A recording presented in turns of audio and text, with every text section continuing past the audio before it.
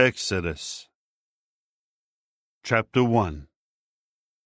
Now these are the names of Israel's sons, who came into Egypt with Jacob, each man who came with his household: Reuben, Simeon, Levi, and Judah; Issachar, Zebulun, and Benjamin; Dan and Naphtali; Gad and Asher. And all those who were born to Jacob were 70 people, but Joseph was already in Egypt. Joseph eventually died, and also all his brothers, and all that generation. And the Israelites became fruitful and began to increase greatly, and they kept on multiplying and growing mightier at an extraordinary rate, so that the land became filled with them. In time there arose over Egypt a new king, one who did not know Joseph. So he said to his people, "Look, the people of Israel are more numerous and mightier than we are. Let us deal shrewdly with them. Otherwise, they will continue to multiply, and if a war breaks out, they will join our enemies and fight against us and leave the country." So they appointed chiefs of forced labor over them to oppress them with hard labor, and they built storage cities for Pharaoh, namely Pithom and Raamses. But the more they would oppress them, the more they would multiply, and the more they kept spreading out, so they felt sick with fear because of the Israelites. Consequently, the Egyptians forced the Israelites into harsh slavery. They made their life bitter with hard labor, as they worked with clay mortar and bricks and in every form of slavery in the field. Yes, they made them toil in harsh conditions in every form of slavery. Later, the king of Egypt spoke to the Hebrew midwives, whose names were Shiphrah and Puah, and he told them, "When you help the Hebrew women to give birth, and you see them on the stool for childbirth, you must put the child to death if it is a son. But if it is a daughter, she must live." However, the midwives feared the true God, and they did not do what the king of Egypt told them. Instead, they would keep the male children alive. In time, the king of Egypt called the midwives and said to them, "Why have you kept the male children alive?" The midwives said to Pharaoh, "The Hebrew women are not like the Egyptian women. They are lively and have already given birth before the midwife can come into them." So God dealt well with the midwives, and the people kept increasing and becoming very mighty. And because the midwives had feared the true God, he later gave them families. Finally, Pharaoh commanded all his people, "You are to throw every newborn son of the Hebrews into the Nile River, but you are to keep every daughter alive." Chapter 2. About that time, a certain man of the house of Levi married a daughter of Levi, and the woman became pregnant and gave birth to a son. When she saw how beautiful he was, she kept him concealed for 3 months.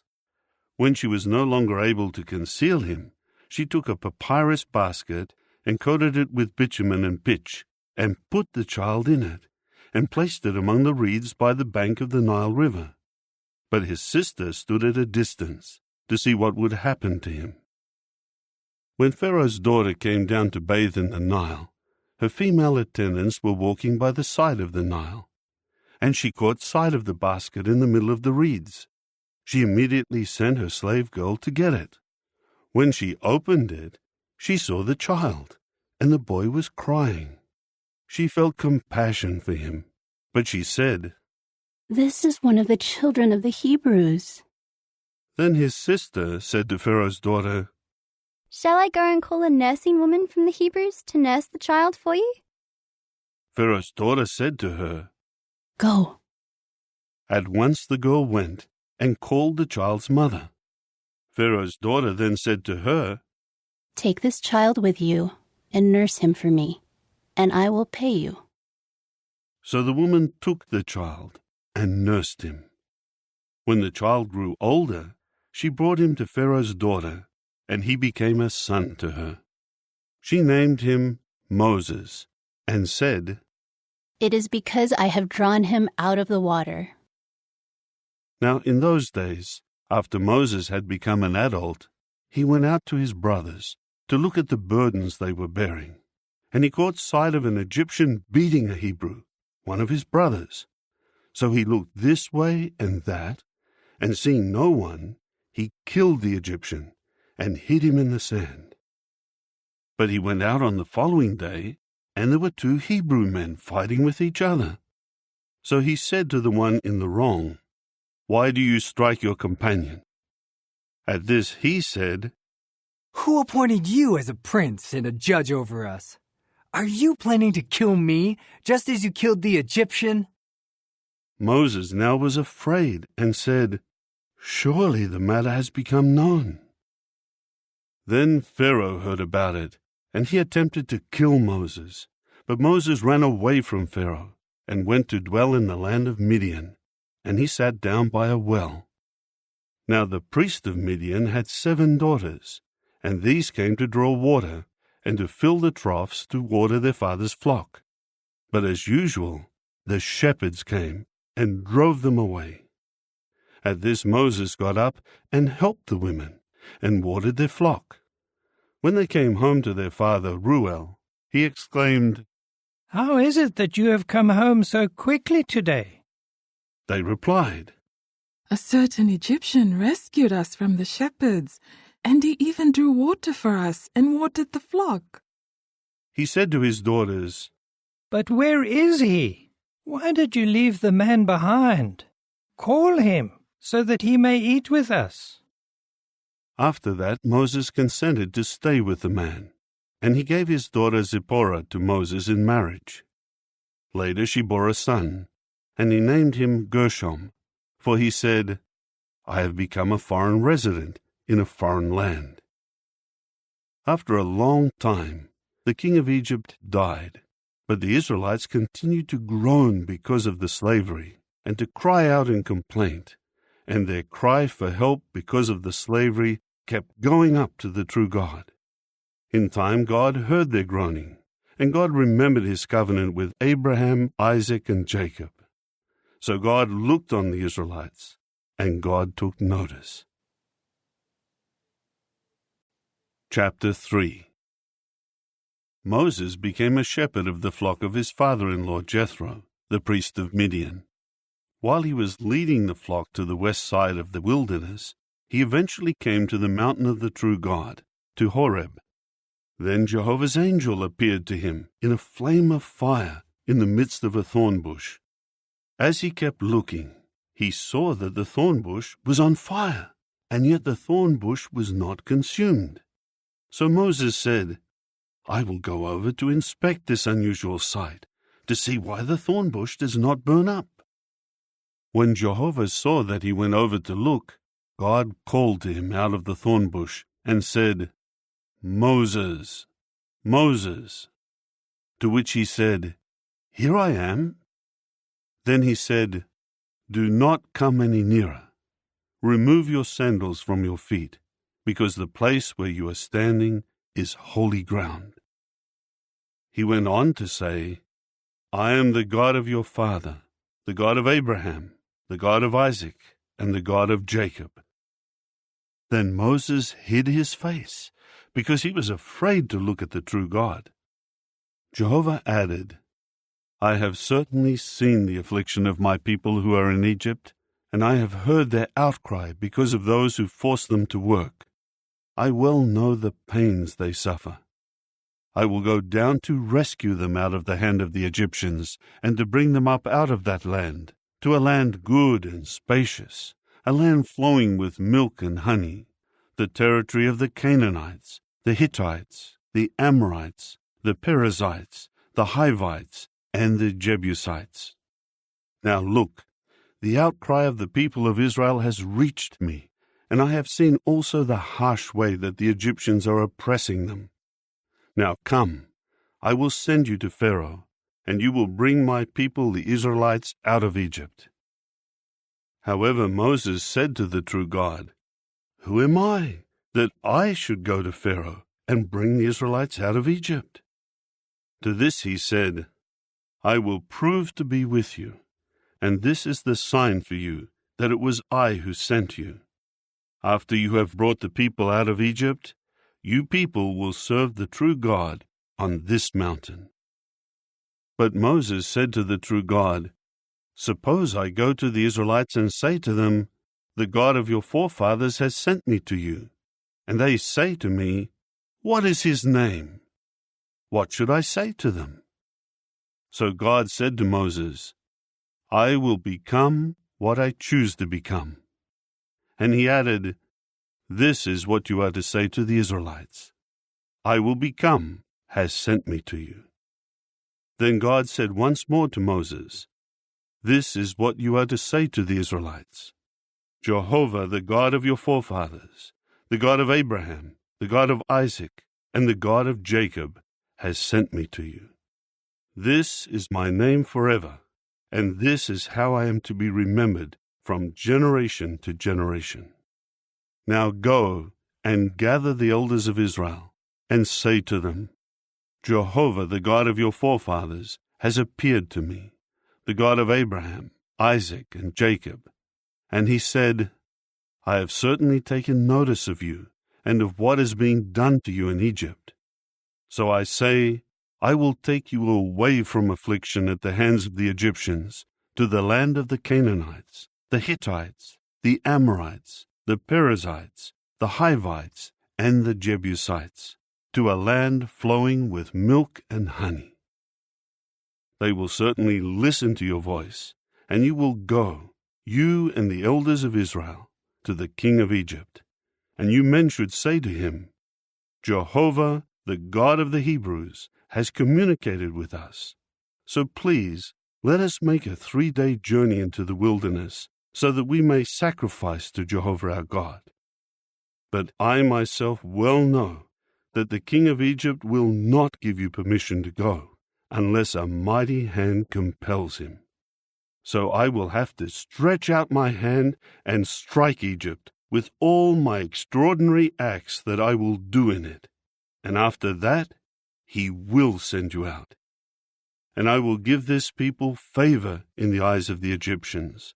And when you go, you will by no means go empty-handed. Each woman must ask her neighbor and the woman lodging in her house for articles of silver and of gold, as well as clothing. And you will put them on your sons and your daughters, and you will plunder the Egyptians. Chapter 4. However, Moses answered, But suppose they do not believe me, and do not listen to my voice, for they will say, Jehovah did not appear to you. Then Jehovah said to him, What is that in your hand? He answered, A rod. He said, Throw it on the ground.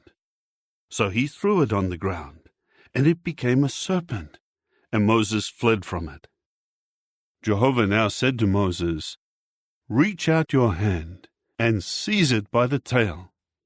So he reached out and seized it, and it became a rod in his hand. God then said, This is so that they may believe that Jehovah, the God of their forefathers, the God of Abraham, the God of Isaac, and the God of Jacob, has appeared to you. Jehovah said to him once more, Put your hand, please, into the upper fold of your garment. So he put his hand into the fold of his garment. When he drew it out, why, his hand was stricken with leprosy like snow. Then he said, Return your hand into the upper fold of your garment. So he returned his hand into his garment. When he drew it out of the garment, it was restored like the rest of his flesh. He said, If they will not believe you or pay attention to the first sign, then they will certainly heed the next sign. Still, even if they will not believe these 2 signs and refuse to listen to your voice, you will take some water from the Nile River and pour it out on the dry land, and the water that you take from the Nile will become blood on the dry land. Moses now said to Jehovah, Pardon me, Jehovah, but I have never been a fluent speaker neither in the past, nor since you have spoken to your servant. For I am slow of speech, and slow of tongue. Jehovah said to him, Who made a mouth for man? Or who makes them speechless, deaf, clear-sighted, or blind? Is it not I, Jehovah? So go now, and I will be with you as you speak, and I will teach you what you should say. But he said, Pardon me, Jehovah. Please send anyone whom you want to send. Then Jehovah's anger blazed against Moses, and he said, What about your brother Aaron, the Levite? I know that he can speak very well, and he is now on his way here to meet you. When he sees you, his heart will rejoice. So you must speak to him and put the words in his mouth, and I will be with you and him as you speak, and I will teach you men what to do. He will speak for you to the people, and he will be your spokesman, and you will serve as God to him. And you will take this rod in your hand and perform the signs with it. So Moses went back to Jethro, his father-in-law, and said to him, I want to go, please, and return to my brothers who are in Egypt, to see whether they are still alive. Jethro said to Moses, Go in peace. After that Jehovah said to Moses in Midian, Go, return to Egypt, because all the men who were seeking to kill you are dead. Then Moses took his wife and his sons and lifted them onto a donkey, and he started back to the land of Egypt. Moreover, Moses took the rod of the true God in his hand. Then Jehovah said to Moses, After you have returned to Egypt, see that you perform before Pharaoh all the miracles that I have empowered you to do. But I will allow his heart to become obstinate, and he will not send the people away. You must say to Pharaoh, This is what Jehovah says, Israel is my son, my firstborn. I say to you, send my son away, so that he may serve me. But if you refuse to send him away, I am going to kill your son, your firstborn. Now on the road at the lodging place, Jehovah met him and was seeking to put him to death. Finally Zipporah took a flint and circumcised her son, and caused his foreskin to touch his feet, and said, It is because you are a bridegroom of blood to me. So he let him go. At that time she said, A bridegroom of blood, because of the circumcision. Then Jehovah said to Aaron, Go into the wilderness to meet Moses. So he went and met him at the mountain of the true God, and greeted him with a kiss. And Moses told Aaron all the words of Jehovah, who had sent him, and all the signs that he had commanded him to do. After that, Moses and Aaron went and gathered all the elders of the Israelites. Aaron told them all the words that Jehovah had spoken to Moses, and he performed the signs before the eyes of the people. At this, the people believed. When they heard that Jehovah had turned his attention to the Israelites, and that he had seen their affliction, they bowed down and prostrated themselves. Chapter 5. Afterward, Moses and Aaron went in and said to Pharaoh, This is what Jehovah, the God of Israel, says. Send my people away, so that they may celebrate a festival to me in the wilderness. But Pharaoh said, Who is Jehovah, that I should obey his voice to send Israel away? I do not know Jehovah at all, and what is more, I will not send Israel away. But they said, The God of the Hebrews has communicated with us. Please, we want to make a 3-day journey into the wilderness and sacrifice to Jehovah our God. Otherwise, he will strike us with disease or with the sword. The king of Egypt replied to them, Why is it, Moses and Aaron, that you are taking the people away from their work? Return to your labor. And Pharaoh continued, Look at how many people of the land there are, and you would have them rest from their labor." That same day, Pharaoh commanded the taskmasters and their foremen, "You must no longer give straw to the people to make bricks. Let them go and gather straw for themselves. But you must still impose on them the same quota of bricks as they made in the past. Do not reduce it for them, for they are relaxing. That is why they are crying out, 'We want to go. We want to sacrifice to our God.' Make them work harder and keep them busy so that they will not pay attention to lies." So the taskmasters and their foremen went out and said to the people, "Here is what Pharaoh has said. I am giving you no more straw. Go and get your own straw for yourselves wherever you can find it, but your work will not be reduced at all." Then the people scattered throughout all the land of Egypt to gather stubble for straw.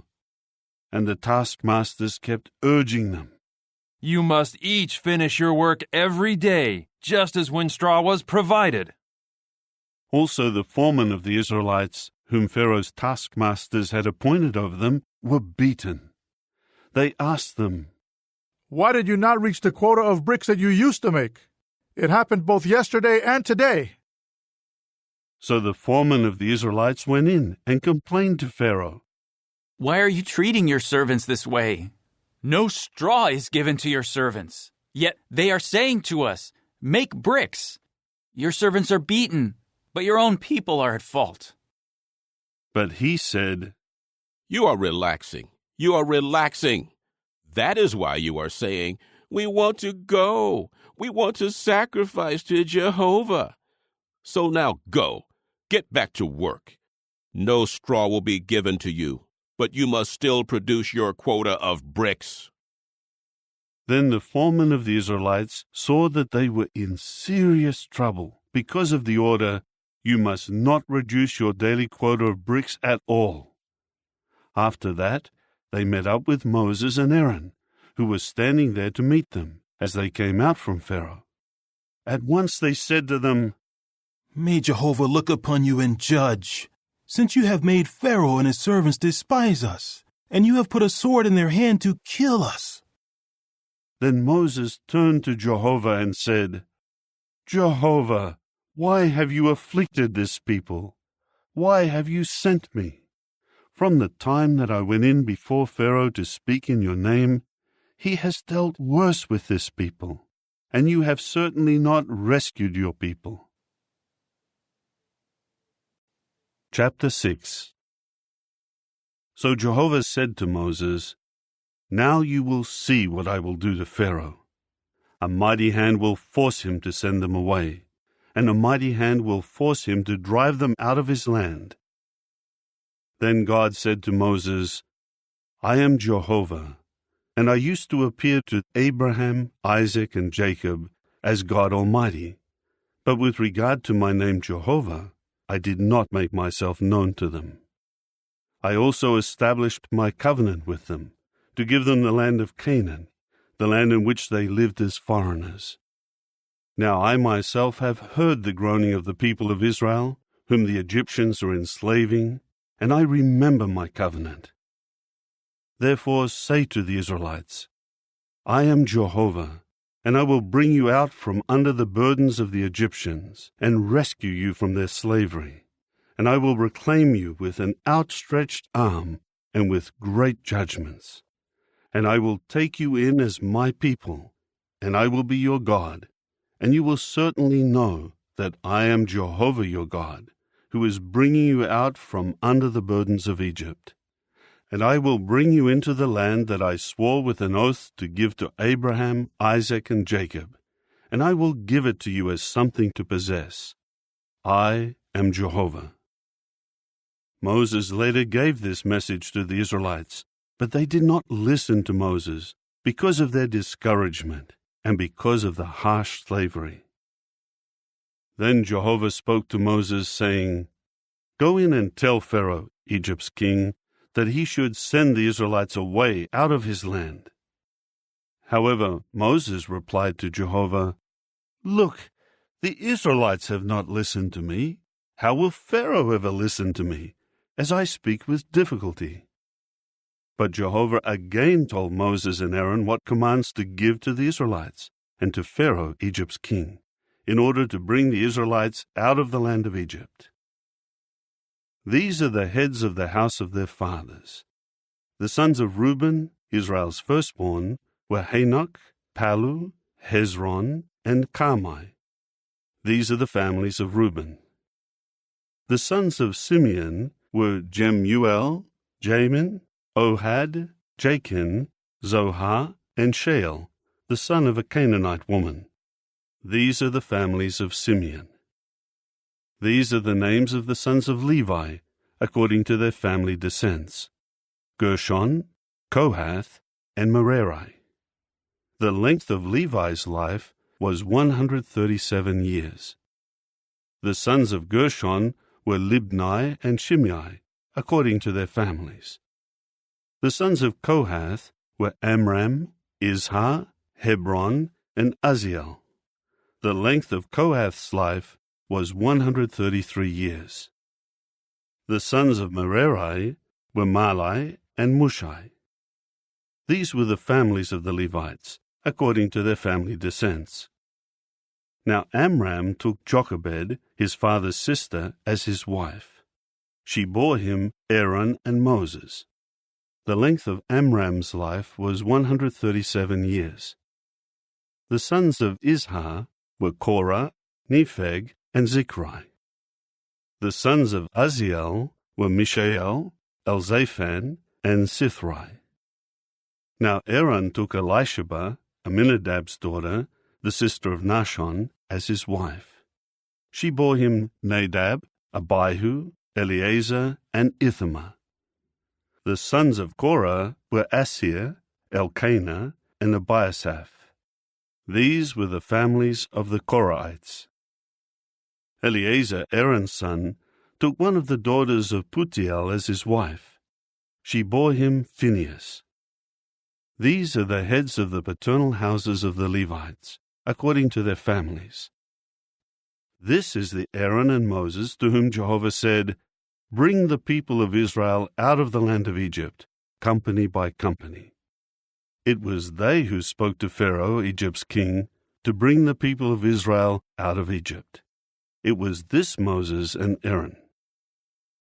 On that day when Jehovah spoke to Moses in the land of Egypt, Jehovah told Moses, "I am Jehovah. Speak to Pharaoh, king of Egypt, everything I am speaking to you." Then Moses said before Jehovah, "Look, I speak with difficulty, so how will Pharaoh ever listen to me?" Chapter 7. Jehovah then said to Moses, "See, I have made you like God to Pharaoh, and Aaron your own brother will become your prophet. You are to repeat everything that I will command you, and Aaron your brother will speak to Pharaoh, and he will send the Israelites away from his land. As for me, I will allow Pharaoh's heart to become obstinate, and I will multiply my signs and my miracles in the land of Egypt. But Pharaoh will not listen to you, and I will lay my hand upon Egypt and bring my multitudes, my people, the Israelites, out of the land of Egypt with great judgments. And the Egyptians will certainly know that I am Jehovah, when I stretch out my hand against Egypt and bring the Israelites out from among them." Moses and Aaron did what Jehovah had commanded them. They did just so. Moses was 80 years old, and Aaron was 83 years old when they spoke to Pharaoh. Jehovah now said to Moses and Aaron, "If Pharaoh says to you, 'Perform a miracle,' then tell Aaron, 'Take your rod and throw it down before Pharaoh. It will become a big snake.'" So Moses and Aaron went into Pharaoh and did exactly as Jehovah had commanded. Aaron threw his rod down before Pharaoh and his servants, and it became a big snake. However, Pharaoh summoned the wise men and the sorcerers, and the magic-practicing priests of Egypt also did the same thing with their magic. Each one threw down his rod, and they became big snakes. But Aaron's rod swallowed up their rods. Still, Pharaoh's heart became obstinate, and he did not listen to them, just as Jehovah had said. Then Jehovah said to Moses, Pharaoh's heart is unresponsive. He has refused to send the people away. Go to Pharaoh in the morning. Look, he is going out to the water. And you should station yourself to meet him by the edge of the Nile River, and take with you in your hand the rod that turned into a serpent. And you must say to him, Jehovah, the God of the Hebrews, has sent me to you. And he says, Send my people away, so that they may serve me in the wilderness. But you have not obeyed until now. This is what Jehovah says, By this you will know that I am Jehovah. Here I am striking the water that is in the Nile River with the rod that is in my hand, and it will turn into blood. And the fish that are in the Nile will die, and the Nile will stink, and the Egyptians will find it impossible to drink water from the Nile. Then Jehovah said to Moses, Say to Aaron, Take your rod and stretch out your hand over the waters of Egypt, over its rivers, over its canals, over its marshes, and over all its reservoirs, that they may become blood. There will be blood in all the land of Egypt, even in the wooden and stone containers. Immediately Moses and Aaron did just as Jehovah had commanded. He lifted up the rod and struck the water that was in the Nile River before the eyes of Pharaoh and his servants, and all the water that was in the river was turned into blood. And the fish that were in the river died, and the river began to stink, and the Egyptians were unable to drink water from the Nile, and there was blood throughout the land of Egypt. Nevertheless, the magic-practicing priests of Egypt did the same thing with their secret arts, so that Pharaoh's heart continued to be obstinate, and he did not listen to them, just as Jehovah had said. Then Pharaoh returned to his house, and he did not take this to heart either. So all the Egyptians were digging all around the Nile for water to drink, because they could not drink any water of the Nile. And 7 full days passed after Jehovah struck the Nile. Chapter 8. Then Jehovah said to Moses, Go into Pharaoh and say to him, This is what Jehovah says, Send my people away, so that they may serve me. If you keep refusing to send them away, I will plague all your territory with frogs, and the Nile River will swarm with frogs, and they will come up and enter into your house, into your bedroom, on your bed, into the houses of your servants, and on your people, into your ovens, and into your kneading troughs. On you, on your people, and on all your servants, the frogs will come up. Jehovah later said to Moses, Say to Aaron, Stretch out your hand with your rod over the rivers, the Nile canals, and the marshes, and make the frogs come up over the land of Egypt. So Aaron stretched out his hand over the waters of Egypt, and the frogs began to come up and to cover the land of Egypt. However, the magic-practicing priests did the same thing by their secret arts, and they too made the frogs come up over the land of Egypt. Pharaoh then called Moses and Aaron and said, Plead with Jehovah to remove the frogs from me and my people, as I want to send the people away, so that they may sacrifice to Jehovah. Then Moses said to Pharaoh, I leave to you the honor of telling me when I should plead to have the frogs removed from you, your servants, your people, and your houses. Only in the Nile River will they be left. To this he said, Tomorrow. So he said, It will be according to your word, so that you may know that there is no one else like Jehovah our God. The frogs will depart from you, your houses, your servants, and your people. They will be left only in the Nile. So Moses and Aaron went out from Pharaoh, and Moses pleaded with Jehovah about the frogs that he had brought upon Pharaoh. Then Jehovah did as Moses asked, and the frogs began to die in the houses, the courtyards, and the fields. They were piling them up in countless heaps, and the land began to stink.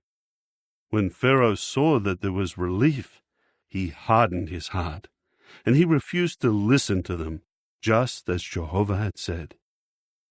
Jehovah now said to Moses, "Say to Aaron, stretch out your rod and strike the dust of the earth, and it must become gnats in all the land of Egypt."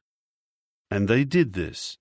Aaron stretched out his hand with his rod and struck the dust of the earth, and the gnats came on man and beast. All the dust of the earth became gnats in all the land of Egypt. The magic-practicing priests tried to do the same and produce gnats by their secret arts, but they could not. And the gnats came on man and beast.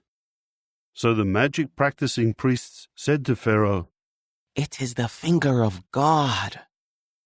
But Pharaoh's heart continued to be obstinate, and he did not listen to them, just as Jehovah had said. Then Jehovah said to Moses, "Get up early in the morning and station yourself in front of Pharaoh. Look, he is coming out to the water. And you must say to him, 'This is what Jehovah has said. Send my people away so that they may serve me. But if you do not send my people away, I will send on you, your servants and your people, and into your houses the gadfly. And the houses of Egypt will be full of gadflies, and they will even cover the ground they stand on. On that day I will certainly set apart the land of Goshen, where my people are dwelling. No gadflies will exist there, and by this you will know that I, Jehovah, am here in the land. And I will make a distinction between my people and your people. Tomorrow this sign will take place." And Jehovah did so, and heavy swarms of gadflies began to invade the house of Pharaoh and the houses of his servants and all the land of Egypt. The land was ruined by the gadflies. Finally, Pharaoh called Moses and Aaron and said, "Go, sacrifice to your God in the land." But Moses said, "It is not proper to do so, because what we would sacrifice to Jehovah our God would be detestable to the Egyptians. If we would make a sacrifice that was detestable to the Egyptians right before their eyes, would they not stone us? We will make a 3-day journey into the wilderness, and there we will sacrifice to Jehovah our God, just as he has said to us." Pharaoh now said, "I will send you away to sacrifice to Jehovah your God in the wilderness. Only you must not go so far away. Plead in my behalf." Then Moses said, "Now I am going away from you, and I will plead with Jehovah, and the gadflies will depart from Pharaoh, his servants, and his people tomorrow. But Pharaoh must stop trifling with us by refusing to send the people away to sacrifice to Jehovah." Moses then went out from Pharaoh and pleaded with Jehovah.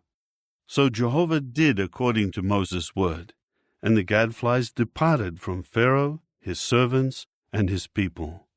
Not one was left. However, Pharaoh again hardened his heart and did not send the people away. Chapter 9.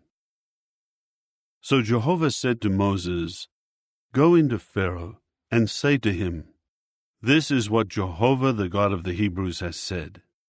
Send my people away so that they may serve me. But if you refuse to send them away and you keep holding them, look, Jehovah's hand will come against your livestock in the field. On the horses, the donkeys, the camels, the herd, and the flock, there will be a devastating plague. And Jehovah will certainly make a distinction between the livestock of Israel and the livestock of Egypt, and nothing that belongs to the Israelites will die. Moreover, Jehovah set an appointed time, saying, Tomorrow Jehovah will do this in the land. And Jehovah did this on the very next day, and all sorts of livestock of Egypt began to die, but not one of Israel's livestock died. When Pharaoh inquired, look, not so much as one of Israel's livestock had died. Nevertheless, Pharaoh's heart continued to be unresponsive, and he did not send the people away. Jehovah then said to Moses and Aaron, Fill both of your hands with soot from a kiln, and Moses must throw it into the air in front of Pharaoh. And it will become a fine dust on all the land of Egypt, and it will become festering boils on man and beast in all the land of Egypt. So they took soot from a kiln and stood before Pharaoh, and Moses tossed it into the air, and it became festering boils, breaking out on man and beast. The magic-practicing priests were unable to stand before Moses because of the boils, for they had developed on the magic-practicing priests and on all the Egyptians. But Jehovah allowed Pharaoh's heart to become obstinate, and he did not listen to them, just as Jehovah had told Moses. Then Jehovah said to Moses, Get up early in the morning and station yourself in front of Pharaoh, and say to him, This is what Jehovah the God of the Hebrews has said. Send my people away, so that they may serve me. For now I am directing all my blows to strike your heart, your servants, and your people, so that you may know that there is no one like me in all the earth. For by now I could have thrust my hand out to strike you and your people with a devastating plague, and you would have been wiped out from the earth. But for this very reason I have kept you in existence, to show you my power, and to have my name declared in all the earth. Are you still behaving arrogantly against my people by not sending them away? Here I will cause a very great hail to rain down tomorrow, about this time, such as has never occurred in Egypt, from the day it was founded until now. Therefore send word to bring all your livestock and all that is yours in the field under shelter. Every man and beast caught in the field and not brought into the house will die when the hail comes down on them. Anyone among Pharaoh's servants who feared Jehovah's word quickly brought his own servants and his livestock into the houses. But whoever did not take Jehovah's word to heart left his servants and his livestock in the field. Jehovah now said to Moses, Stretch out your hand toward the heavens, so that hail may come down on all the land of Egypt, on man and beast, and all the vegetation of the field in the land of Egypt.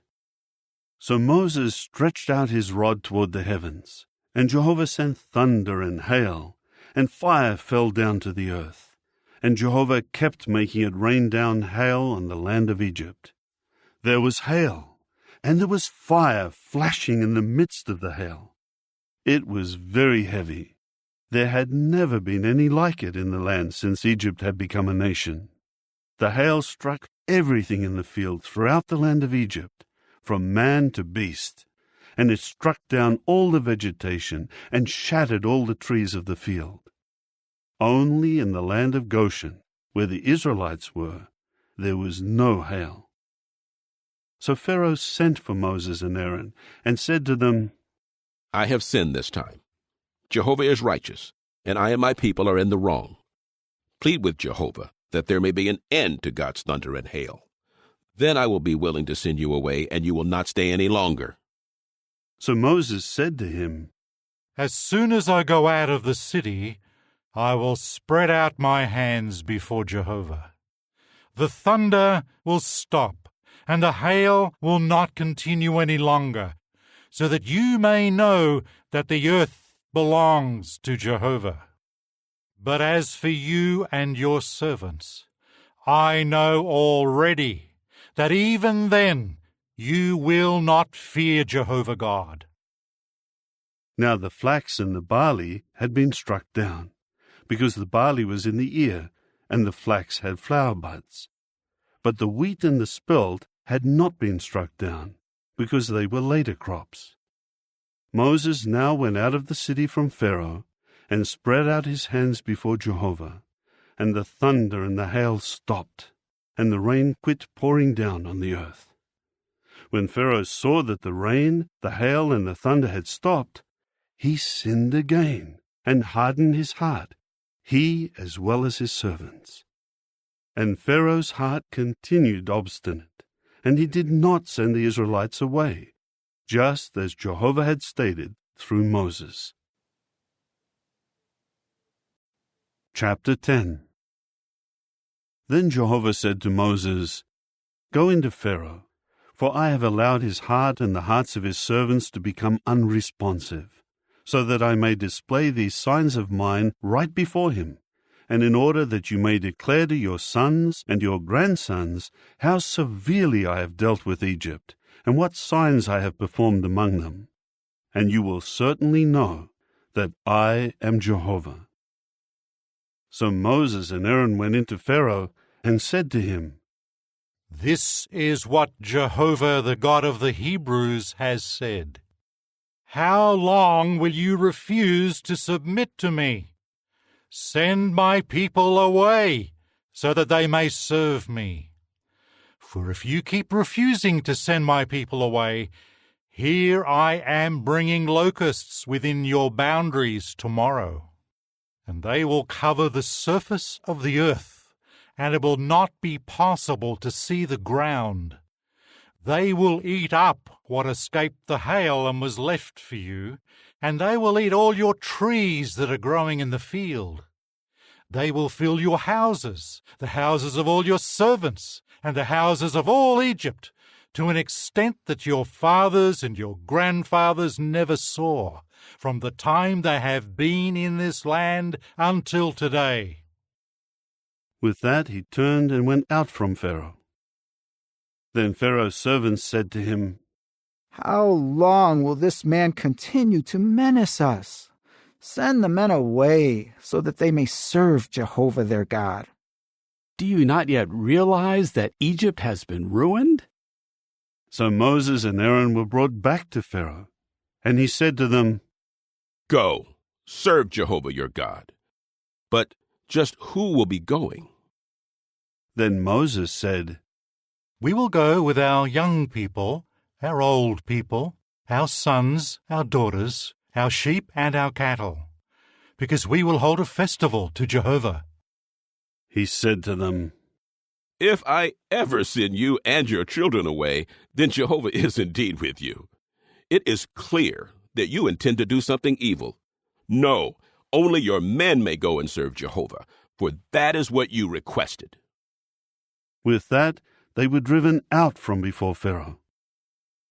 Jehovah now said to Moses, Stretch out your hand over the land of Egypt for the locusts, so that they may come up over the land of Egypt and eat up all the vegetation of the land, everything that the hail has let remain. At once Moses stretched out his rod over the land of Egypt, and Jehovah caused an east wind to blow on the land, all that day and all night. The morning came, and the east wind brought the locusts. And the locusts came up over all the land of Egypt, and settled down on the whole territory of Egypt. It was extremely severe. Never before had there been so many locusts, nor would there ever be so many again. They covered the surface of the entire land, and the land grew dark with them. They devoured all the vegetation of the land, and all the fruit of the trees that the hail had left. Nothing green was left on the trees, or on the vegetation of the field, in all the land of Egypt. So Pharaoh quickly called Moses and Aaron and said, I have sinned against Jehovah your God and against you. Now please, pardon my sin, just this once, and plead with Jehovah your God that he just remove this deadly plague from upon me. So he went out from Pharaoh and pleaded with Jehovah.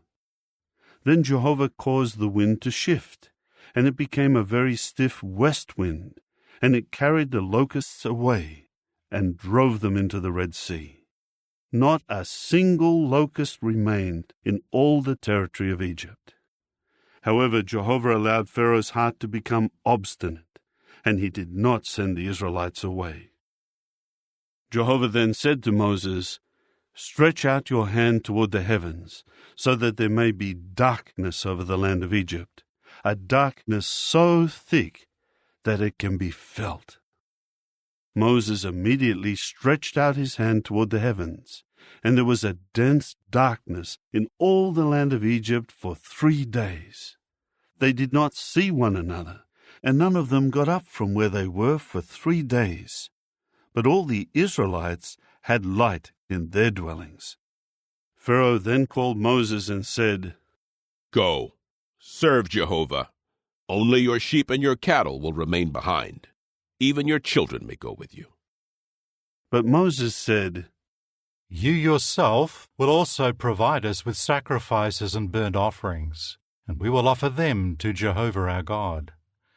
Our livestock will also go with us. Not an animal will be allowed to remain, because we will be using some of them to worship Jehovah our God, and we do not know what we will offer in worship to Jehovah until we arrive there."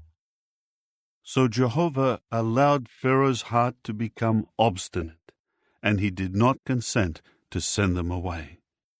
Pharaoh said to him, "Get out of my sight. Make sure that you do not try to see my face again, for on the day you see my face, you will die."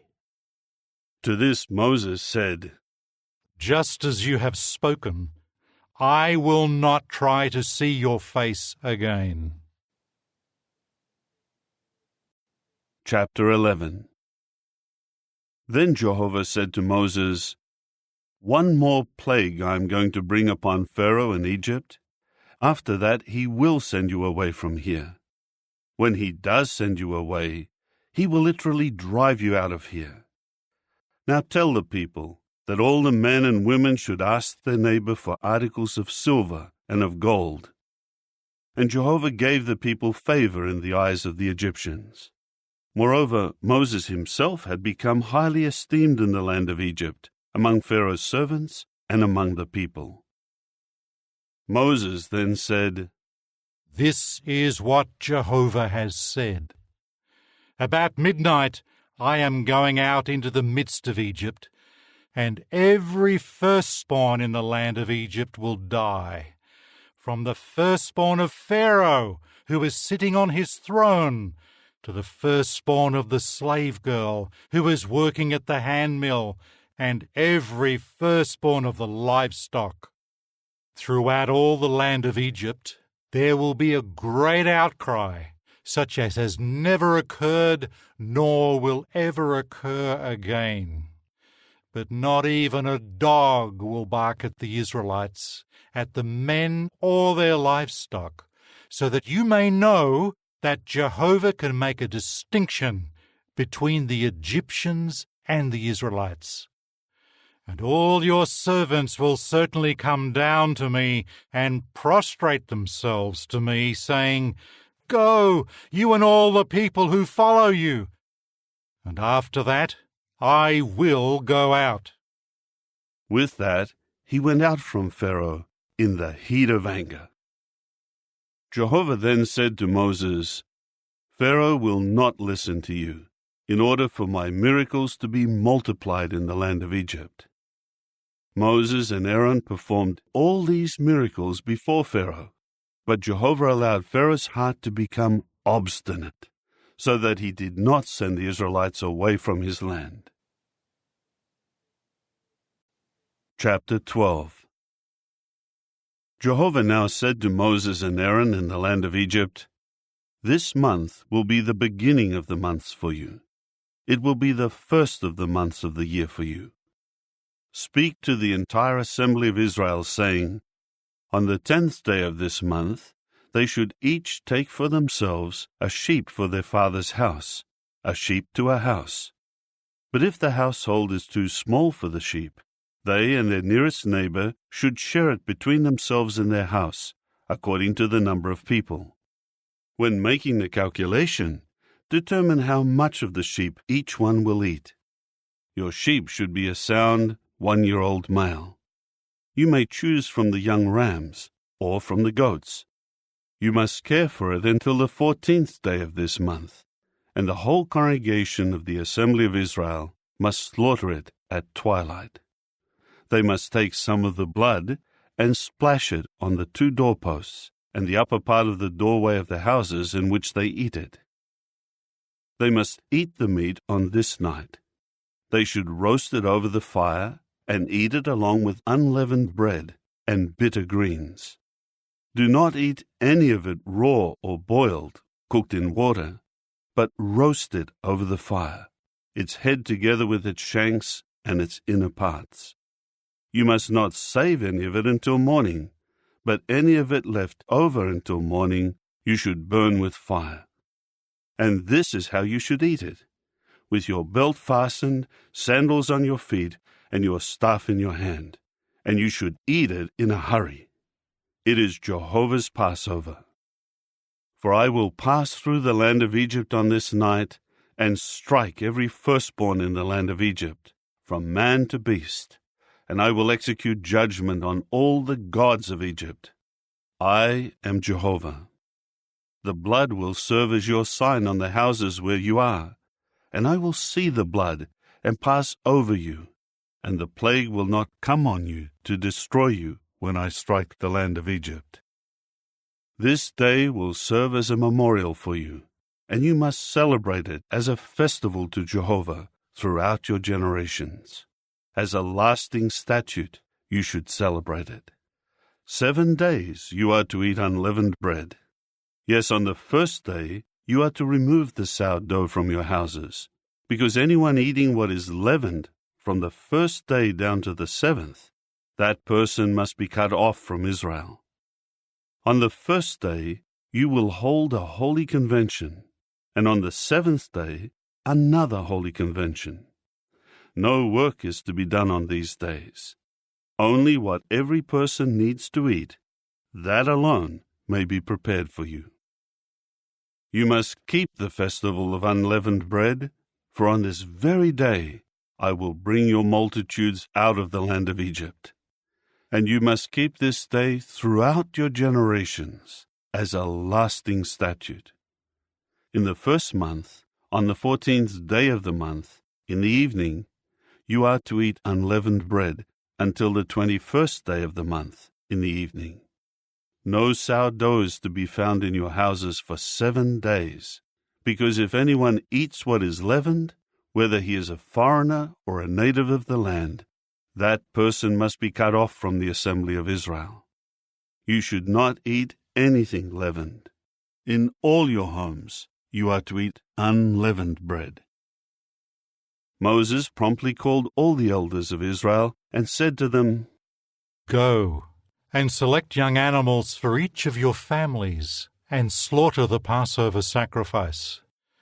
Then you must dip a bunch of hyssop into the blood that is in a basin, and strike the upper part of the doorway and the 2 doorposts with the blood. And none of you should go out of the entrance of his house until morning. Then when Jehovah passes through to plague the Egyptians and sees the blood on the upper part of the doorway and on the 2 doorposts, Jehovah will certainly pass over the entrance, and he will not allow the plague of death to enter into your houses. You must observe this event as a lasting regulation for you and your sons. And when you come into the land that Jehovah will give you, just as he has stated, you must keep this observance. And when your sons ask you, "What does this observance mean to you?" you must say, "It is the sacrifice of the Passover to Jehovah, who passed over the houses of the Israelites in Egypt when he plagued the Egyptians. But he spared our houses." Then the people bowed low and prostrated themselves. So the Israelites went and did just as Jehovah had commanded Moses and Aaron, they did just so. Then at midnight, Jehovah struck down every firstborn in the land of Egypt, from the firstborn of Pharaoh, who was sitting on his throne, to the firstborn of the captive, who was in the prison, and every firstborn of the animals. Pharaoh got up that night, along with all his servants and all the other Egyptians, and there was a great outcry among the Egyptians, because there was not a house where someone was not dead. At once he called Moses and Aaron by night and said, "Get up, get out from among my people, both you and the other Israelites. Go and serve Jehovah, just as you have said. Take also your flocks and your herds and go, just as you have said. But you must also bless me." And the Egyptians began to urge the people to depart quickly out of the land, because, as they said, "We are all as good as dead."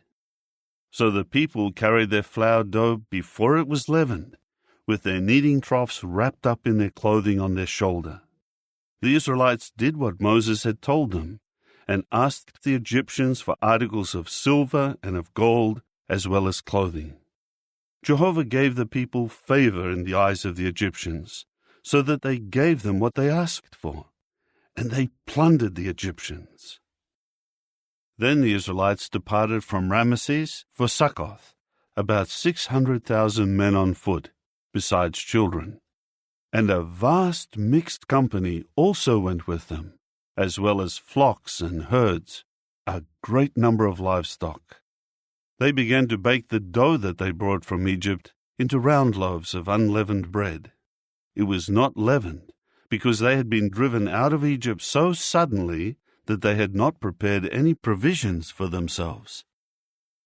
The dwelling of the Israelites who had dwelled in Egypt was 430 years.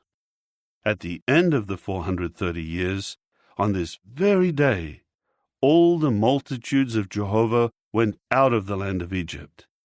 It is a night on which they will celebrate Jehovah's bringing them out of the land of Egypt. This night is to be observed to Jehovah by all the people of Israel throughout their generations. Then Jehovah said to Moses and Aaron, "This is the statute of the Passover. No foreigner may eat of it. But if someone has a slave man who was purchased with money, you should circumcise him. Only then may he share in eating it. A settler and a hired worker may not eat of it. In one house it is to be eaten. You must not take any of the meat outside of the house, and you must not break any of its bones. All the assembly of Israel are to celebrate it. If a foreigner resides with you, and he wants to celebrate the Passover to Jehovah, every male of his must be circumcised. Then he may come near to celebrate it, and he will become like a native of the land. But no uncircumcised man may eat of it. One law will apply for the native and for the foreigner who is residing among you." So all the Israelites did just as Jehovah had commanded Moses and Aaron. They did just so. On this very day, Jehovah brought the Israelites along with their multitudes out of the land of Egypt. Chapter 13. Jehovah spoke further to Moses, saying, "Sanctify to me every firstborn male among the Israelites. The first male to be born, of both human and animal, belongs to me." Then Moses said to the people, "Remember this day on which you went out of Egypt, from the house of slavery, because with a mighty hand Jehovah brought you out of here. So nothing leavened may be eaten. You are going out on this day in the month of Abib. When Jehovah has brought you into the land of the Canaanites, the Hittites, the Amorites, the Hivites, and the Jebusites, which he swore to your forefathers to give you, a land flowing with milk and honey, then you must keep this observance in this month. 7 days you are to eat unleavened bread, and on the 7th day there will be a festival to Jehovah. Unleavened bread is to be eaten for the 7 days, and nothing leavened is to be found with you, and no sourdough is to be found with you within all your territory. And you must tell your son on that day, it is because of what Jehovah did for me when I came out of Egypt. And this will serve for you as a sign on your hand, and as a memorial on your forehead, so that Jehovah's law may be in your mouth. For with a mighty hand Jehovah brought you out of Egypt. You must keep this statute at its appointed time, from year to year. When Jehovah brings you into the land of the Canaanites, which he has sworn to you and to your forefathers to give to you, you must devote to Jehovah every firstborn male, as well as every male firstling of the livestock that you acquire. The males belong to Jehovah. Every firstling donkey you are to redeem with a sheep, and if you do not redeem it, then you must break its neck. And every firstborn male of your sons you are to redeem. In case your son should ask you later on, "What does this mean?" then you should say to him, "With a mighty hand Jehovah brought us out of Egypt, from the house of slavery. When Pharaoh stubbornly refused to send us away, Jehovah killed every firstborn in the land of Egypt, from the firstborn of man to the firstborn of beast. That is why I am sacrificing to Jehovah all the firstborn males, and I redeem every firstborn of my sons.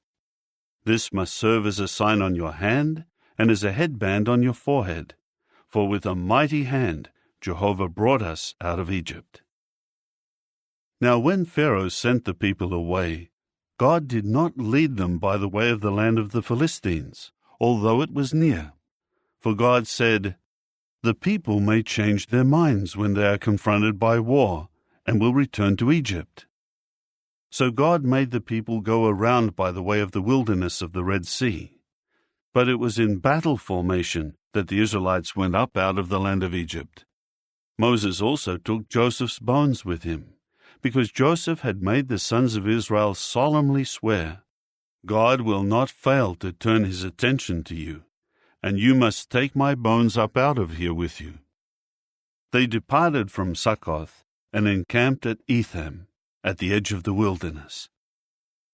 Now Jehovah was going ahead of them by day in a pillar of cloud to lead them along the way, and by night in a pillar of fire to give them light, so that they could travel by day and by night. The pillar of cloud would not move away from before the people during the day, nor the pillar of fire at night. Chapter 14. Jehovah now said to Moses, "Tell the Israelites that they should turn back and encamp before Pi-hahiroth, between Migdol and the sea, within view of Baal-zephon. You are to encamp facing it by the sea. Then Pharaoh will say about the Israelites, 'They are wandering in confusion in the land. The wilderness is closed in on them.' I will allow Pharaoh's heart to become obstinate, and he will chase after them, and I will glorify myself by means of Pharaoh and all his army, and the Egyptians will certainly know that I am Jehovah." So that is what they did. Later, it was reported to the king of Egypt that the people had run away. Immediately, Pharaoh and his servants had a change of heart regarding the people, and they said, "Why did we do this and release Israel from serving as slaves for us?" So he made his war chariots ready, and he took his people with him. He took 600 chosen chariots, and all the other chariots of Egypt, with warriors on every one of them. Thus Jehovah allowed the heart of Pharaoh king of Egypt to become obstinate, and he chased after the Israelites, while the Israelites were going out with confidence. The Egyptians chased after them, and all the chariot horses of Pharaoh and his cavalrymen and his army were catching up with them, while they were camping by the sea, by Pi-hahiroth, facing Baal-zephon. When Pharaoh got closer, the Israelites raised their eyes and saw the Egyptians pursuing them. The Israelites became terrified and began to cry out to Jehovah. They said to Moses, "Is it because there are no burial places in Egypt that you have brought us here to die in the wilderness? What have you done to us by leading us out of Egypt?" Is this not the very thing we told you in Egypt when we said, 'Let us alone, so that we may serve the Egyptians'? For it is better for us to serve the Egyptians than to die in the wilderness." Then Moses said to the people, "Do not be afraid. Stand firm and see the salvation of Jehovah that he will perform for you today. For the Egyptians whom you see today, you will never, ever see again.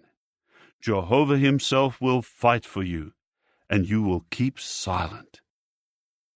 Jehovah now said to Moses, "Why do you keep crying out to me? Tell the Israelites that they should break camp. As for you, lift up your rod and stretch out your hand over the sea and divide it, so that the Israelites may go through the midst of the sea on dry ground. As for me, I am allowing the hearts of the Egyptians to become obstinate, so that they will go in after them. Thus I will glorify myself by means of Pharaoh and all his army, his war chariots, and his cavalrymen. And the Egyptians will certainly know that I am Jehovah, when I glorify myself by means of Pharaoh, his war chariots, and his cavalrymen."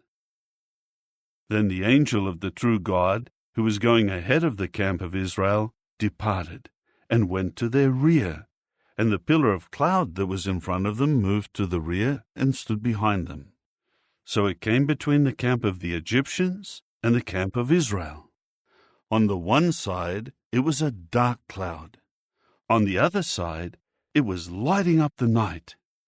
So the one camp did not come near the other camp all night long. Moses now stretched out his hand over the sea, and Jehovah drove the sea back with a strong east wind all night long, turning the sea basin into dry ground, and the waters divided. So the Israelites went through the midst of the sea on dry ground, while the waters formed a wall on their right hand and on their left. The Egyptians pursued them, and all Pharaoh's horses, his war chariots, and his cavalrymen began going after them into the midst of the sea. During the morning watch, Jehovah looked at the camp of the Egyptians from within the pillar of fire and cloud, and he threw the camp of the Egyptians into confusion. He kept taking wheels off their chariots, so that they were driving them with difficulty, and the Egyptians were saying, "Let us flee from any contact with Israel, because Jehovah is fighting for them against the Egyptians." Then Jehovah said to Moses, "Stretch out your hand over the sea, so that the waters may come back over the Egyptians, their war chariots, and their cavalrymen." Moses at once stretched out his hand over the sea, and as morning approached, the sea returned to its normal condition. As the Egyptians fled from it, Jehovah shook the Egyptians off into the midst of the sea. The returning waters covered the war chariots and the cavalrymen, and all of Pharaoh's army who had gone into the sea after them. Not so much as one among them was allowed to survive. But the Israelites walked on dry ground in the midst of the seabed, and the waters formed a wall on their right hand and on their left. Thus Jehovah saved Israel on that day from the hand of the Egyptians, and Israel saw the Egyptians dead on the seashore. Israel also saw the great power that Jehovah wielded against the Egyptians, and the people began to fear Jehovah and to put faith in Jehovah and in his servant Moses.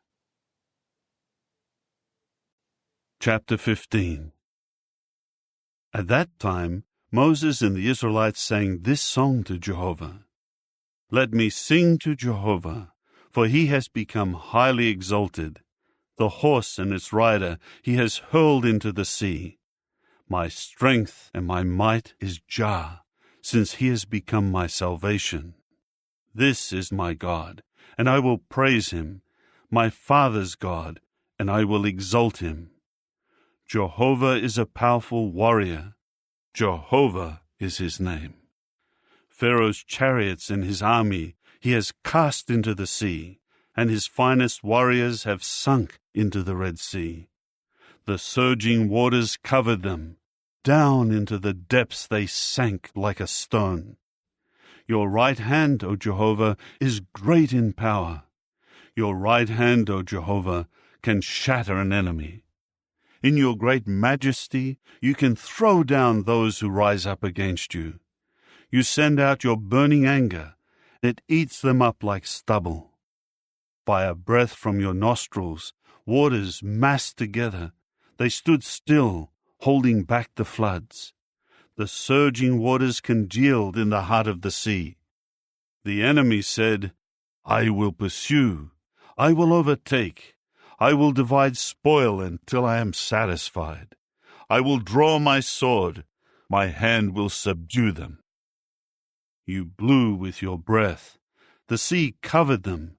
They sank like lead in majestic waters. Who among the gods is like you, O Jehovah? Who is like you, showing yourself mighty in holiness? The one to be feared with songs of praise, the one doing wonders. You stretched out your right hand, and the earth swallowed them up. In your loyal love, you have led the people whom you have redeemed. In your strength, you will guide them to your holy place of dwelling. Peoples must hear. They will shudder. Anguish will seize the inhabitants of Philistia. At that time the sheiks of Edom will be terrified, and trembling will take hold of the mighty rulers of Moab. All the inhabitants of Canaan will be disheartened. Fear and dread will fall upon them. Because of the greatness of your arm, they will be as motionless as a stone, until your people pass by, O Jehovah, until the people whom you produced pass by. You will bring them and plant them in the mountain of your inheritance, the established place that you have prepared for yourself to inhabit, O Jehovah, a sanctuary, O Jehovah, that your hands have established. Jehovah will rule as king forever and ever. When Pharaoh's horses, with his war chariots and his cavalrymen, went into the sea, then Jehovah brought back the waters of the sea upon them. But the people of Israel walked on dry ground through the midst of the sea. Then Miriam the prophetess, Aaron's sister, took a tambourine in her hand, and all the women followed her with tambourines and with dances. Miriam sang in response to the men, Sing to Jehovah, for he has become highly exalted. The horse and its rider he has hurled into the sea. Moses later led Israel away from the Red Sea, and they went out to the wilderness of Shur, and marched on for 3 days in the wilderness, but they did not find water. They came to Marah, but they were not able to drink the water from Marah, because it was bitter. That is why he named it Marah. So the people began to murmur against Moses, saying, What are we to drink? He cried out to Jehovah, and Jehovah directed him to a tree. When he threw it into the water became sweet. There he established for them a regulation and a case for judgment, and there he put them to the test. He said, If you will strictly listen to the voice of Jehovah your God, and will do what is right in his eyes, and will pay attention to his commandments, and keep all his regulations, I will not bring upon you any of the diseases that I brought upon the Egyptians, for I, Jehovah, am healing you. After that they came to Elim, where there were 12 springs of water and 70 palm trees. So they camped there by the water. Chapter 16. After they departed from Elim, the entire assembly of the Israelites eventually came to the wilderness of Sin, which is between Elim and Sinai, on the 15th day of the 2nd month after their departure from the land of Egypt. Then the entire assembly of the Israelites began to murmur against Moses and Aaron in the wilderness. The Israelites kept saying to them, "If only we had died by Jehovah's hand in the land of Egypt, while we were sitting by the pots of meat, while we were eating bread to satisfaction. Now you have brought us out into this wilderness to put this whole congregation to death by famine." Then Jehovah said to Moses, "Here I am raining down bread for you from the heavens, and each of the people should go out to gather his amount day by day, so that I may put them to the test, to see whether they will walk in my law or not. But on the 6th day, when they prepare what they have gathered, it is to be double the amount that they pick up on each of the other days." So Moses and Aaron said to all the Israelites, "In the evening you will certainly know that it is Jehovah who brought you out of the land of Egypt. In the morning you will see Jehovah's glory, for he has heard your murmurings against Jehovah. Who are we that you should murmur against us?" Moses continued, "When Jehovah gives you meat to eat in the evening, and in the morning bread to satisfaction, you will see that Jehovah has heard your murmurings, that you are murmuring against him. But who are we? Your murmurings are not against us, but against Jehovah." Then Moses said to Aaron, "Tell the entire assembly of the Israelites, 'Come near before Jehovah, for he has heard your murmurings.'" As soon as Aaron had spoken to the entire assembly of the Israelites, they turned and faced toward the wilderness, and look, Jehovah's glory appeared in the cloud. Jehovah spoke further to Moses, saying, "I have heard the murmurings of the Israelites. Tell them, at twilight you will eat meat, and in the morning you will be satisfied with bread, and you will certainly know that I am Jehovah your God." So that evening quail came and covered the camp, and in the morning a layer of dew was all around the camp.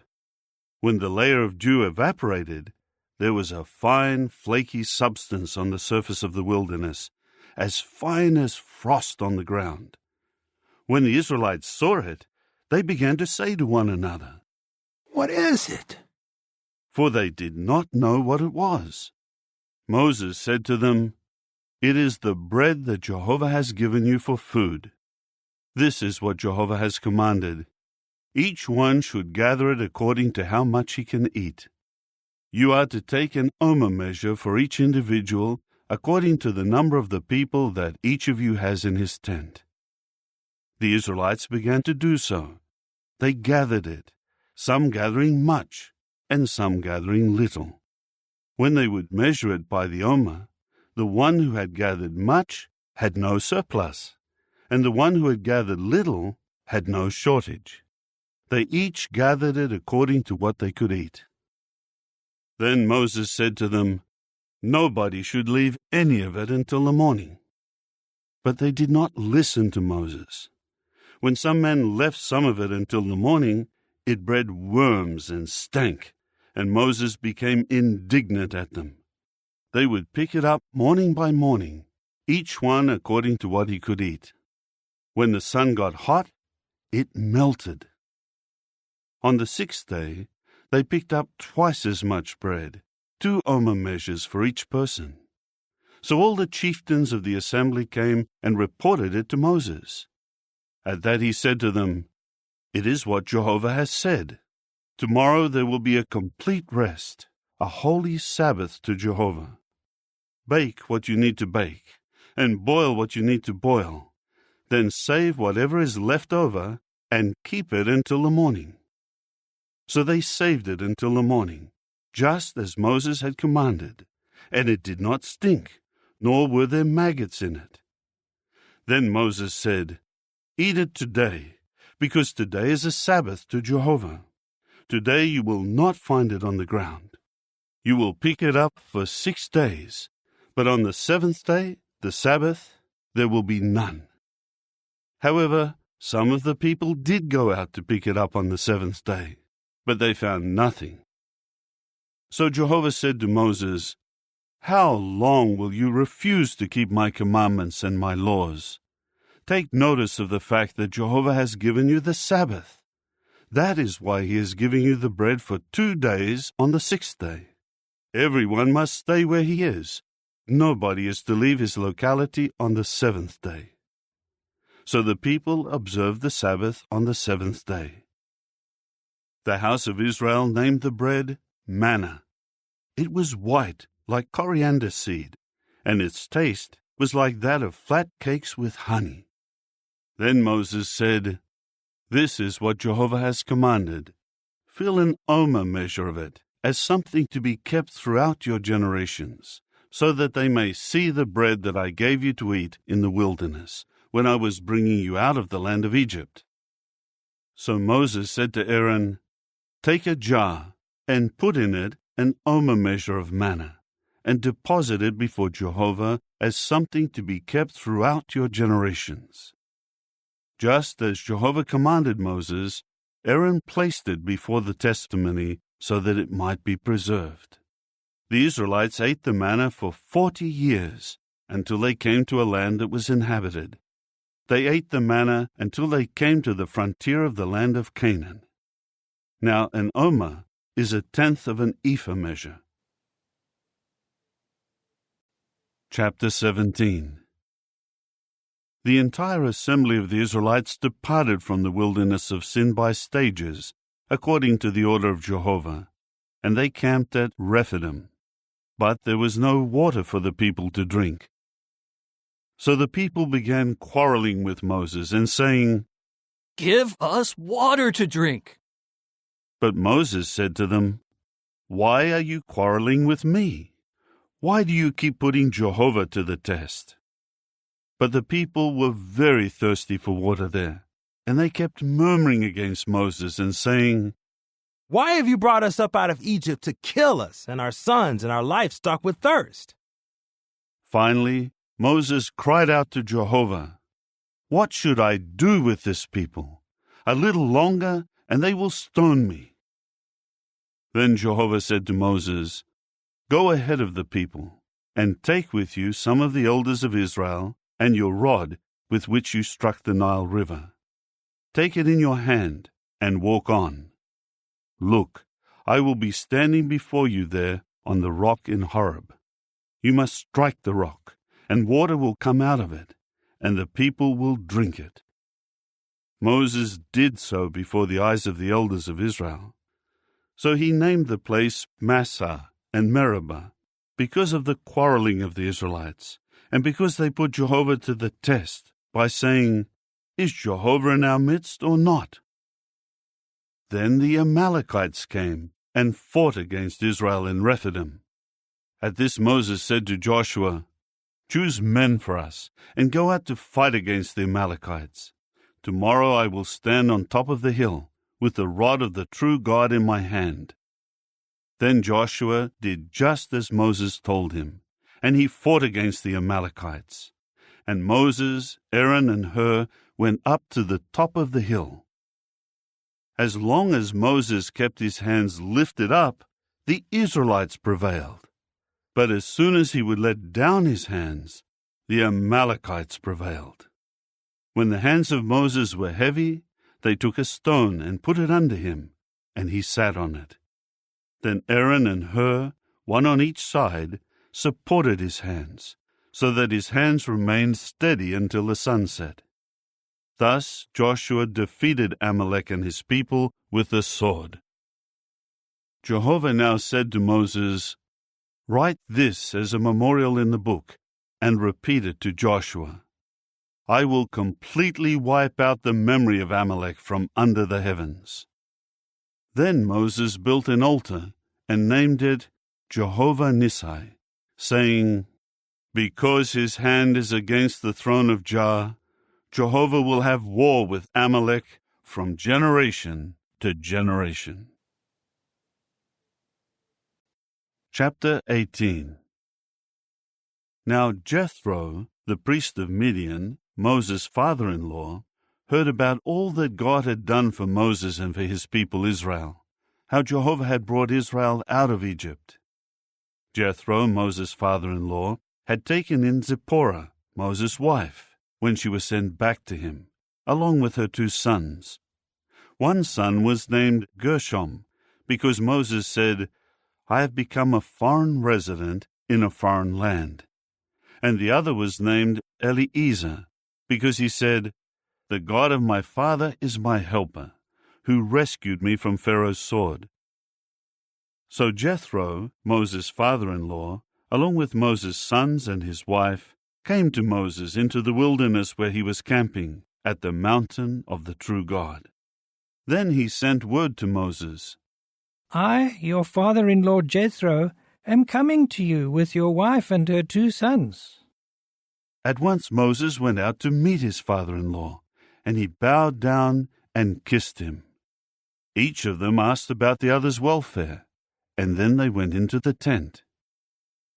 Moses related to his father-in-law all that Jehovah had done to Pharaoh and Egypt in behalf of Israel, all the hardships that had befallen them along the way, and how Jehovah had delivered them. Jethro rejoiced over all the good that Jehovah had done for Israel by rescuing them from Egypt. Then Jethro said, "Praised be Jehovah, who rescued you from Egypt and from Pharaoh, and who rescued the people from under Egypt's control. Now I know that Jehovah is greater than all the other gods, because of what he did to those who acted arrogantly against his people." Then Jethro, Moses' father-in-law, brought a burnt offering and sacrifices for God, and Aaron and all the elders of Israel came to eat a meal with Moses' father-in-law before the true God. On the next day, Moses sat down as usual to serve as judge for the people, and the people kept standing before Moses from morning until evening. When Moses' father-in-law saw all that he was doing for the people, he said, "What is this that you are doing for the people? Why do you sit here alone with all the people standing before you from morning until evening?" Moses said to his father-in-law, "Because the people keep coming to me to inquire of God. When a case arises, it comes to me, and I must judge between one person and the other, and I make known the decisions of the true God and his laws." Moses' father-in-law said to him, "What you are doing is not good. You will surely wear out, both you and this people who are with you, because this is too big a load for you, and you cannot carry it by yourself. Now listen to me. I will give you advice, and God will be with you. You serve as representative for the people before the true God, and you must bring the cases to the true God. You should warn them about what the regulations and the laws are, and make known to them the way in which they should walk, and the work that they should do. But you should select from the people capable men, fearing God, trustworthy men, hating dishonest profit, and appoint these over them as chiefs over thousands, chiefs over hundreds, chiefs over 50s, and chiefs over 10s. They should judge the people when cases arise, and they will bring every difficult case to you, but every minor case they will decide. Make it easier for yourself by letting them share the load along with you. If you do this, and God so commands you, you will be able to stand the strain, and everyone will go home satisfied." Moses immediately listened to his father-in-law and did all that he had said. Moses chose capable men out of all Israel and appointed them heads over the people, as chiefs of thousands, chiefs of hundreds, chiefs of 50s, and chiefs of 10s. So they judged the people when cases arose. A difficult case they would bring to Moses, but every minor case they would judge. After that, Moses saw his father-in-law off, and he went his way to his land. Chapter 19. In the 3rd month after the Israelites went out of the land of Egypt, on the same day they came to the wilderness of Sinai. They pulled away from Rephidim and came to the wilderness of Sinai, and camped in the wilderness. Israel camped there in front of the mountain. Then Moses went up to the true God, and Jehovah called to him from the mountain, saying, This is what you are to say to the house of Jacob, and to tell the Israelites. You have seen for yourselves what I did to the Egyptians, in order to carry you on wings of eagles, and bring you to myself. Now, if you will strictly obey my voice and keep my covenant, you will certainly become my special property out of all peoples, for the whole earth belongs to me. You will become to me a kingdom of priests and a holy nation. These are the words that you are to say to the Israelites. So Moses went and summoned the elders of the people and declared to them all these words that Jehovah had commanded him. After that, all the people answered unanimously, All that Jehovah has spoken, we are willing to do. Moses immediately took the people's response to Jehovah. And Jehovah said to Moses, Look, I am coming to you in a dark cloud, so that the people may hear when I speak with you, and so that they may always put faith in you as well. Then Moses reported the words of the people to Jehovah. Then Jehovah said to Moses, Go to the people, and sanctify them today and tomorrow, and they must wash their clothing. And they must be ready for the third day, because on the third day Jehovah will come down upon Mount Sinai before the eyes of all the people. You must set boundaries for the people all around it, and tell them, Beware of going up to the mountain or touching its border. Anybody touching the mountain will surely be put to death. No hand is to touch him, but he will either be stoned or be shot through. Whether beast or man, he will not live. But at the sound of the ram's horn, they may come up to the mountain. Then Moses went down from the mountain to the people, and he began to sanctify the people, and they washed their clothing. He said to the people, Get ready for the third day. Abstain from sexual relations. On the morning of the third day, there was thunder and lightning, and there was a heavy cloud on the mountain, and a very loud sound of a horn, and all the people in the camp began to tremble. Moses now brought the people out of the camp to meet the true God, and they took their place at the base of the mountain. Mount Sinai smoked all over, because Jehovah came down upon it in fire, and its smoke was rising like the smoke of a kiln, and the whole mountain was trembling violently. As the sound of the horn grew louder and louder, Moses spoke, and the voice of the true God answered him. So Jehovah came down upon Mount Sinai, to the top of the mountain.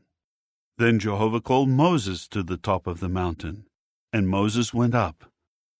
Jehovah now said to Moses, Go down and warn the people not to try to force their way through to look at Jehovah, or many of them will perish. And let the priests who regularly come near to Jehovah sanctify themselves, so that Jehovah may not strike them. Moses then said to Jehovah, The people are not able to come up to Mount Sinai, because you already warned us, saying, Set boundaries around the mountain, and make it sacred. However, Jehovah said to him, Go, descend, and come back up, you and Aaron with you. But do not let the priests and the people force their way through to come up to Jehovah, so that he may not strike them. So Moses descended to the people and told them. Chapter 20. Then God spoke all these words. I am Jehovah your God, who brought you out of the land of Egypt, out of the house of slavery. You must not have any other gods besides me. You must not make for yourself a carved image, or a form like anything that is in the heavens above, or on the earth below, or in the waters under the earth. You must not bow down to them, nor be enticed to serve them, For I, Jehovah your God, am a God who requires exclusive devotion, bringing punishment for the error of fathers upon sons, upon the 3rd generation, and upon the 4th generation of those who hate me, but showing loyal love to the 1,000th generation of those who love me and keep my commandments. You must not take up the name of Jehovah your God in a worthless way, for Jehovah will not leave unpunished the one who takes up his name in a worthless way. Remember the Sabbath day to keep it sacred. You are to labor and do all your work for 6 days, but the 7th day is a Sabbath to Jehovah your God. You must not do any work, neither you nor your son nor your daughter, nor your slave man nor your slave girl, nor your domestic animal, nor your foreign resident who is inside your settlements. For in 6 days Jehovah made the heavens and the earth, the sea, and all that is in them, and he began to rest on the 7th day. That is why Jehovah blessed the Sabbath day and made it sacred. Honor your father and your mother, so that you may live a long time in the land that Jehovah your God is giving you. You must not murder. You must not commit adultery. You must not steal. You must not testify falsely when you are a witness against your fellow man. You must not desire your fellow man's house. You must not desire your fellow man's wife, nor his slave man, nor his slave girl, nor his bull, nor his donkey, nor anything that belongs to your fellow man. Now all the people were witnessing the thunder and lightning, the sound of the horn, and the mountain smoking, and seeing this made them tremble and stand at a distance. So they said to Moses, You speak with us, and we will listen. But do not let God speak with us, for fear that we will die. So Moses said to the people, Do not be afraid, for the true God has come to put you to the test, in order that the fear of him may continue with you, so that you may not sin. So the people kept standing at a distance, but Moses went near to the dark cloud where the true God was. Then Jehovah said to Moses, This is what you are to say to the Israelites. You have seen for yourselves that I spoke with you from heaven. You must not make gods of silver alongside me, and you must not make gods of gold for yourselves. An altar of earth you are to make for me, and you will sacrifice on it your burnt offerings, your communion sacrifices, your flock, and your herd. In every place where I cause my name to be remembered, I will come to you, and I will bless you.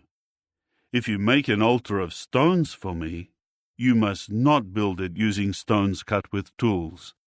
For if you do use your chisel on it, you will profane it.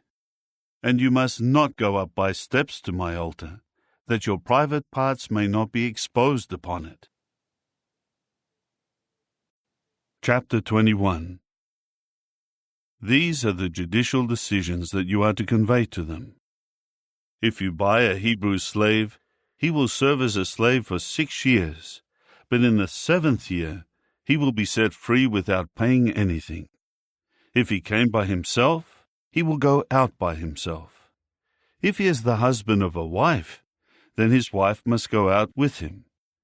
If his master gives him a wife, and she bears him sons or daughters, the wife and her children will become her master's, and he will go out by himself. But if the slave should insist and say, I love my master, my wife, and my sons, I do not want to be set free, his master must bring him before the true God. Then he will bring him up against the door or the doorpost, and his master will pierce his ear through with an awl, and he will be his slave for life. If a man sells his daughter as a slave, she will not go free the same way that a slave man does. If her master is not pleased with her, and he does not designate her as a concubine, but causes her to be purchased by someone else, he will not be entitled to sell her to foreigners, for he has betrayed her. If he selects her for his son, he is to grant her the rights of a daughter. If he takes another wife for himself, the sustenance, the clothing, and the marriage due of the first wife are not to be diminished. If he will not render these 3 things to her, then she is to go free, without paying any money. Anyone who strikes a man so that he dies must be put to death. But if he does it unintentionally, and the true God lets it happen, I will designate for you a place where he can flee. If a man becomes very angry with his fellow man, and he deliberately kills him, the man must die, even if you have to take him from my altar. One who strikes his father or his mother must be put to death. If anyone kidnaps a man and sells him, or is caught holding him, he must be put to death. Anyone who curses his father or his mother must be put to death. This is what should happen if men quarrel, and one strikes his fellow man with a stone or a fist, and he does not die, but is confined to his bed. If he is able to get up and walk around outdoors with the aid of a staff, then the one who struck him must be free from punishment. He will only make compensation for the time the injured man lost from his work, until he is completely healed. If a man strikes his slave man or his slave girl with a stick, and that one dies by his hand, that one must be avenged. However, if he survives for 1 or 2 days, he is not to be avenged, because he is someone bought with his owner's money.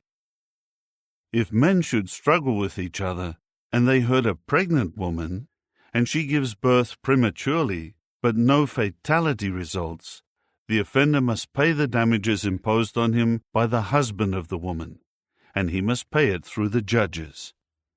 But if a fatality does occur, then you must give life for life, eye for eye, tooth for tooth, hand for hand, foot for foot, burn for burn, wound for wound, blow for blow. If a man strikes the eye of his slave man, or the eye of his slave girl, and he destroys it, he is to let the slave go free in compensation for his eye. And if he knocks out the tooth of his slave man or of his slave girl, he is to let the slave go free in compensation for his tooth. If a bull gores a man or a woman, and that one dies, the bull must be stoned to death, and its meat is not to be eaten. But the owner of the bull is free from punishment. But if a bull was in the habit of goring, and its owner had been warned, but he would not keep it under guard, and it killed a man or a woman, the bull is to be stoned, and its owner is also to be put to death. If a ransom is imposed on him, he must give as the redemption price for his life all that may be imposed on him. Whether it gored a son or a daughter, it is to be done to the bull's owner according to this judicial decision. If the bull gored a slave man or a slave girl, he will give the price of 30 shekels to that one's master, and the bull will be stoned to death. If a man uncovers or digs a pit and does not cover it, and a bull or a donkey falls into it, the owner of the pit is to make compensation. He is to pay the price to its owner, and the dead animal will become his. If a man's bull hurts another's bull, and it dies, then they must sell the live bull and divide the price paid for it. They should also divide the dead animal. Or if it was known that a bull had been in the habit of goring, but its owner would not keep it under guard, he must make compensation with bull for bull, and the dead one will become his own. Chapter 22.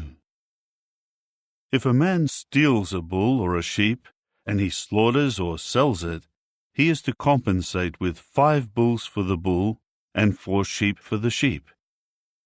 If a thief is found in the act of breaking in, and he gets struck and dies, there is no blood guilt for him. But if it happens after sunrise, there is blood guilt for him. He must make compensation. If he has nothing, then he must be sold for the things he stole. If what he stole is found alive in his possession, whether it is a bull or a donkey or a sheep, he is to make double compensation.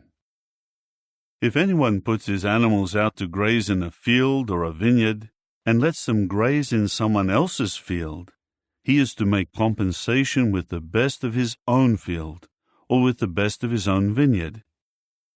If a fire starts and spreads to thorn bushes, and it causes sheaves or standing grain or a field to be consumed, the one who started the fire must make compensation for what was burned. If a man gives his fellow man money or articles to keep, and these are stolen from the fellow man's house, if the thief is found, he must make double compensation. If the thief is not found, the owner of the house must be brought before the true God, in order to determine whether he put his hand on the goods of his fellow man. In all cases of illegal possession of goods, concerning a bull, a donkey, a sheep, a garment, or anything lost of which he may say, "This is mine," both parties will present their case before the true God. The one whom God pronounces guilty is to make double compensation to his fellow man. If a man gives his fellow man a donkey, or a bull, or a sheep, or any domestic animal to keep, and it dies, or gets maimed, or gets led away while nobody is looking, there should be an oath made between them before Jehovah, that he did not lay his hand on the goods of his fellow man, and the owner must accept it. The other man is not to make compensation. But if the animal has been stolen from him, he is to make compensation to its owner. If it was torn by a wild animal, he is to bring it as evidence. He is not to make compensation for something torn by a wild animal. But if anybody asks to borrow an animal from his fellow man, and it gets maimed, or it dies while its owner is not with it, the man who borrowed it must make compensation. If its owner is with it, he is not to make compensation. If it was hired, the money paid for the hire is the compensation. Now, if a man seduces a virgin who is not engaged, and he lies down with her, he must pay the bride price for her to become his wife. If her father absolutely refuses to give her to him, he is to pay the money at the rate of the bride price. You must not allow a sorceress to live. Anyone lying down with an animal must surely be put to death. Whoever sacrifices to any gods but Jehovah alone is to be devoted to destruction. You must not mistreat a foreign resident or oppress him, for you were foreign residents in the land of Egypt. You must not afflict any widow or fatherless child. If you afflict him at all, so that he cries out to me, I will unfailingly hear his outcry, and my anger will blaze, and I will kill you with the sword, and your wives will become widows, and your children will be fatherless. If you lend money to anyone poorer of my people, someone who is dwelling with you, you must not become like a money-lender to him. You must not charge him interest. If you seize the garment of your fellow man as security for a loan, you are to return it to him by sunset, for it is his only covering, his clothing to cover his body. In what will he lie down to sleep? When he cries out to me, I will certainly hear, for I am compassionate. You must not curse God, nor curse a chieftain among your people. You must not hesitate to make offerings from your abundant produce and the overflow of your presses. The firstborn of your sons you are to give to me. This is what you should do with your bull and your sheep. 7 days it will continue with its mother. On the 8th day you are to give it to me. You should prove yourselves holy people to me, and you must not eat the flesh of anything in the field that has been torn by a wild animal. You should throw it to the dogs. Chapter 23. You must not spread a report that is not true. Do not cooperate with a wicked one by becoming a malicious witness. You must not follow after the crowd to do evil, and you must not pervert justice by giving testimony to go along with the crowd. You must show impartiality in the dispute of a poor person. If you come upon your enemy's bull or his donkey straying, you must return it to him. If you see that the donkey of someone who hates you has fallen under its load, you must not ignore it and leave. You must help him release the animal. You are not to pervert the judgment of the poor one among you in his legal case. Have nothing to do with a false accusation, and do not kill the innocent and the righteous, for I will not declare the wicked one righteous. You must not accept a bribe, for the bribe blinds clear-sighted men and can distort the words of righteous men. You must not oppress a foreign resident. You know how it feels to be a foreigner, because you were foreign residents in the land of Egypt. You are to sow your land with seed and gather its produce for 6 years. But the 7th year you should leave it uncultivated, and let it lie fallow, and the poor among your people will eat of it, and what they leave, the wild animals of the field will eat. That is what you should do with your vineyard and your olive grove. 6 days you are to do your work, but on the 7th day you are to cease from your labor, in order that your bull and your donkey may rest, and the son of your slave girl and the foreign resident may refresh themselves. You must be careful to do all that I have said to you, and you must not mention the names of other gods. They should not be heard on your lips. 3 times a year you are to celebrate a festival to me. You will observe the festival of unleavened bread. You will eat unleavened bread for 7 days, just as I have commanded you, at the appointed time in the month of Abib, for at that time you came out of Egypt. No one is to appear before me empty-handed. Also, you are to observe the festival of harvest, of the first ripe fruits of your labors, of what you sow in the field, and the festival of ingathering at the end of the year, when you gather in from the field the results of your labors. 3 times a year all your men are to appear before the true Lord, Jehovah. You must not offer the blood of my sacrifice with anything leavened, and the sacrifices of fat offered at my festivals should not stay overnight until the morning. You are to bring the best of the first ripe fruits of your ground to the house of Jehovah your God.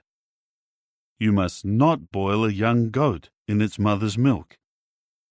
I am sending an angel ahead of you to guard you on the way, and to bring you into the place that I have prepared. Pay attention to him, and obey his voice. Do not rebel against him, for he will not pardon your transgressions, because my name is in him. However, if you strictly obey his voice, and do all that I say, I will show hostility to your enemies, and oppose those who oppose you. For my angel will go ahead of you, and will bring you to the Amorites, the Hittites, the Perizzites, the Canaanites, the Hivites, and the Jebusites, and I will annihilate them.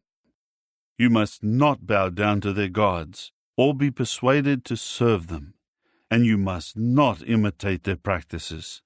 Instead, you must demolish them and smash their sacred pillars. You must serve Jehovah your God, and he will bless your bread and your water. I will remove sickness from among you. The women in your land will not suffer a miscarriage or be barren, and I will give you a full lifespan. I will send the fear of me ahead of you, and I will throw into confusion all the people you encounter, and I will cause all your enemies to flee from you in defeat. I will send the feeling of dejection ahead of you, and it will drive the Hivites, the Canaanites, and the Hittites out from before you. I will not drive them out from before you in 1 year, so that the land does not become desolate, and the wild animals of the field multiply against you. Little by little I will drive them out from before you, until you become fruitful and take possession of the land. I will set your boundary from the Red Sea to the Sea of the Philistines, and from the wilderness to the river. For I will give the inhabitants of the land into your hand, and you will drive them out from before you. You must not make a covenant with them or their gods. They should not dwell in your land, so that they may not cause you to sin against me. If you should serve their gods, it would surely become a snare to you. Chapter 24.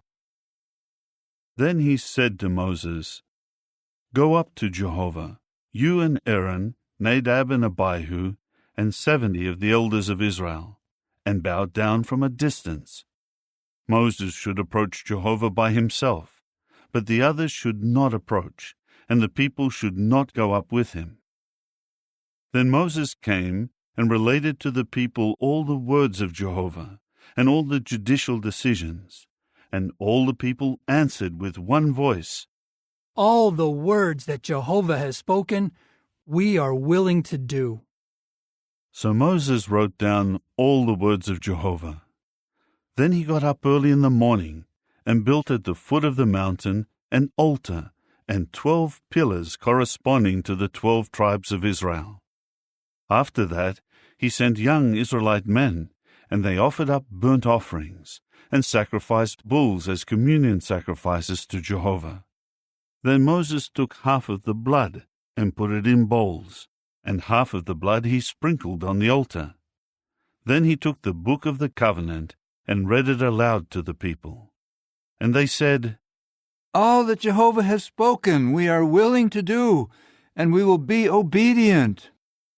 So Moses took the blood and sprinkled it on the people, and said, This is the blood of the covenant that Jehovah has made with you, in harmony with all these words. Moses and Aaron, Nadab and Abihu, and 70 of the elders of Israel went up, and they saw the God of Israel. Under his feet was what seemed like a sapphire pavement, and it was as pure as the heavens themselves. He did not harm the distinguished men of Israel, and they saw a vision of the true God, and ate and drank. Jehovah now said to Moses, Come up to me on the mountain, and stay there. I will give you the stone tablets with the law and the commandment that I will write for their instruction. So Moses got up with his attendant Joshua, and Moses went up the mountain of the true God. But to the elders he had said, Wait here for us until we return to you. You have Aaron and Hur with you. Whoever has a legal case may go to them. Then Moses went up the mountain while the cloud was covering it.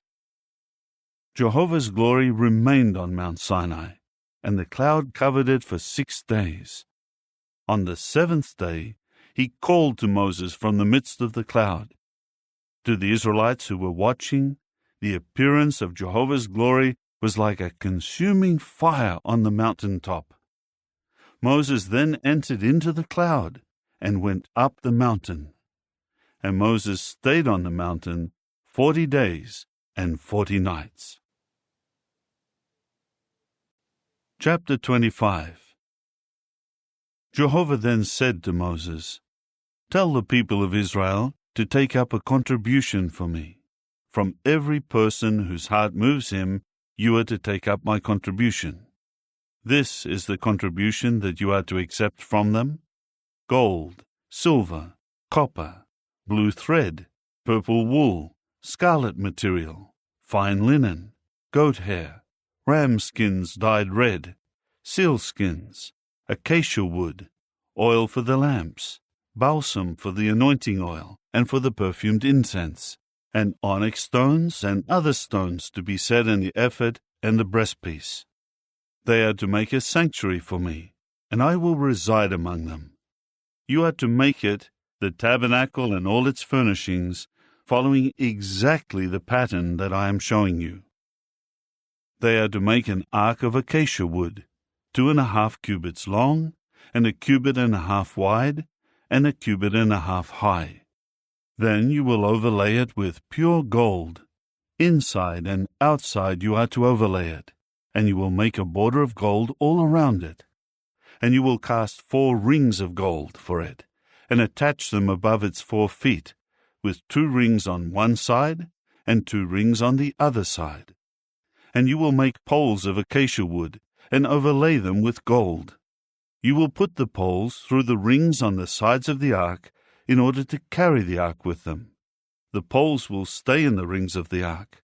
They are not to be removed from it. You will place in the ark the testimony that I will give you.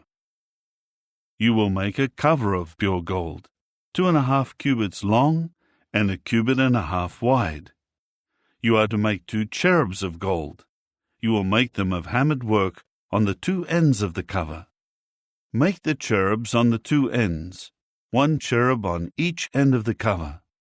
The cherubs are to spread out their 2 wings upward, overshadowing the cover with their wings, and they will face each other. The faces of the cherubs will be turned toward the cover. You will put the cover on the ark, and in the ark you will place the testimony that I will give you. I will present myself to you there, and speak with you from above the cover. From between the 2 cherubs that are on the ark of the testimony, I will make known to you all that I will command you for the Israelites. You will also make a table of acacia wood, 2 cubits long, and 1 cubit wide, and 1.5 cubits high. You will overlay it with pure gold, and make a golden border around it. You will make a rim around it, a handbreadth wide, and a border of gold to go around the rim. You will make for it 4 rings of gold, and place the rings on the 4 corners, where the 4 legs are attached. The rings are to be close to the rim as holders for the poles for carrying the table. You will make the poles of acacia wood, and overlay them with gold, and carry the table with them. You will also make its dishes, its cups, and its pitchers and bowls from which they will pour drink offerings. You are to make them out of pure gold, and you will put the showbread on the table before me constantly. You will make a lampstand of pure gold. The lampstand is to be made of hammered work. Its base, its stem, its branches, its cups, its knobs, and its blossoms will be one piece. And 6 branches will extend out from the sides of the lampstand, 3 branches from one side, and 3 branches from the other side. 3 cups shaped like almond flowers will be on the one set of branches, with knobs and blossoms alternating, and 3 cups shaped like almond flowers on the other set of branches, with knobs and blossoms alternating. This is how the 6 branches will extend out from the stem of the lampstand. On the stem of the lampstand are 4 cups shaped like almond flowers, with its knobs and its blossoms alternating. A knob will be under the first 2 branches that extend out of the stem, and a knob under the next 2 branches, and a knob under the next 2 branches, for the 6 branches extending out from the stem. The knobs and the branches and the whole lampstand are to be one piece of pure hammered gold. You will make 7 lamps for it, and when the lamps are lit, they will shine on the area in front of it. Its snuffers and its fire holders are to be of pure gold. It should be made, along with these utensils, from a talent of pure gold. See that you make them after their pattern that was shown to you on the mountain. Chapter 26.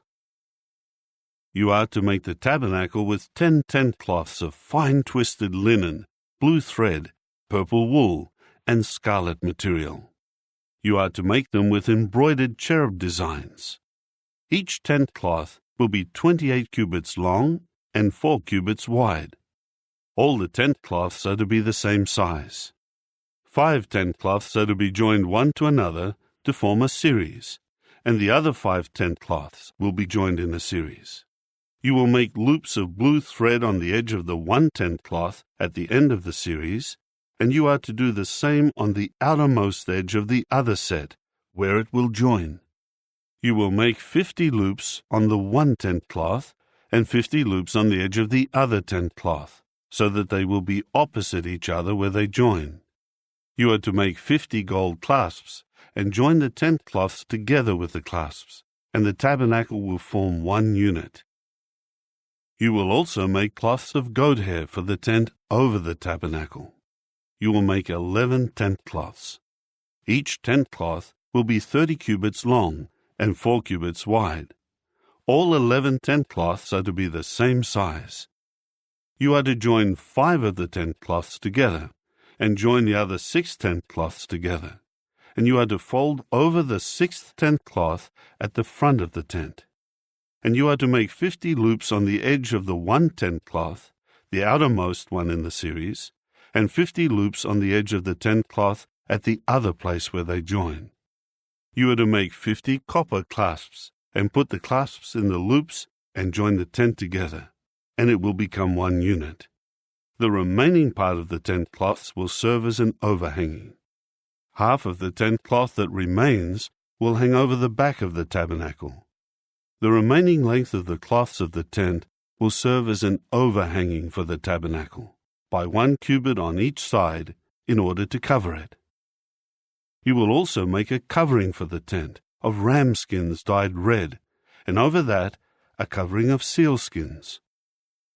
You will make the panel frames for the tabernacle out of acacia wood, standing upright. Each panel frame is to be 10 cubits high and 1.5 cubits wide. Each panel frame has 2 tenons, joined to each other. That is how you should make all the panel frames of the tabernacle. You are to make 20 panel frames for the south side of the tabernacle, facing south. You will make 40 silver socket pedestals under the 20 panel frames, 2 socket pedestals under the one panel frame for its 2 tenons, and 2 socket pedestals under each following panel frame for its 2 tenons.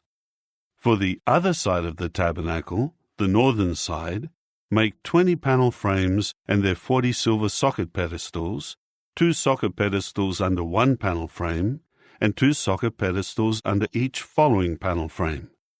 For the rear section of the tabernacle to the west, you will make 6 panel frames. You will make 2 panel frames to serve as the 2 rear corner posts of the tabernacle. They should be doubled from the bottom to the top, up to the first ring. This should be done for both of them, and they will form the 2 corner posts. And there will be 8 panel frames, and their 16 silver socket pedestals, 2 socket pedestals under the one panel frame, and 2 socket pedestals under each following panel frame. You will make bars of acacia wood, 5 for the panel frames of the one side of the tabernacle, and 5 bars for the panel frames of the other side of the tabernacle, and 5 bars for the panel frames of the side of the tabernacle to the west, for the rear section. The middle bar that runs along the center of the panel frames should extend from end to end. You will overlay the panel frames with gold, and you will make their rings of gold, as holders for the bars, and you will overlay the bars with gold. You must set up the tabernacle according to its plan that you were shown in the mountain. You are to make a curtain of blue thread, purple wool, scarlet material, and fine twisted linen. It will be made with cherubs embroidered on it. You will hang it on 4 pillars of acacia, overlaid with gold. Their hooks are to be of gold. The pillars are set on 4 socket pedestals of silver. You will hang the curtain under the clasps, and bring the Ark of the Testimony there within the curtain. The curtain will make a division for you, between the holy and the most holy. You must put the cover on the Ark of the Testimony in the most holy. You will place the table outside the curtain, with the lampstand opposite the table on the south side of the tabernacle, and the table you will put on the north side.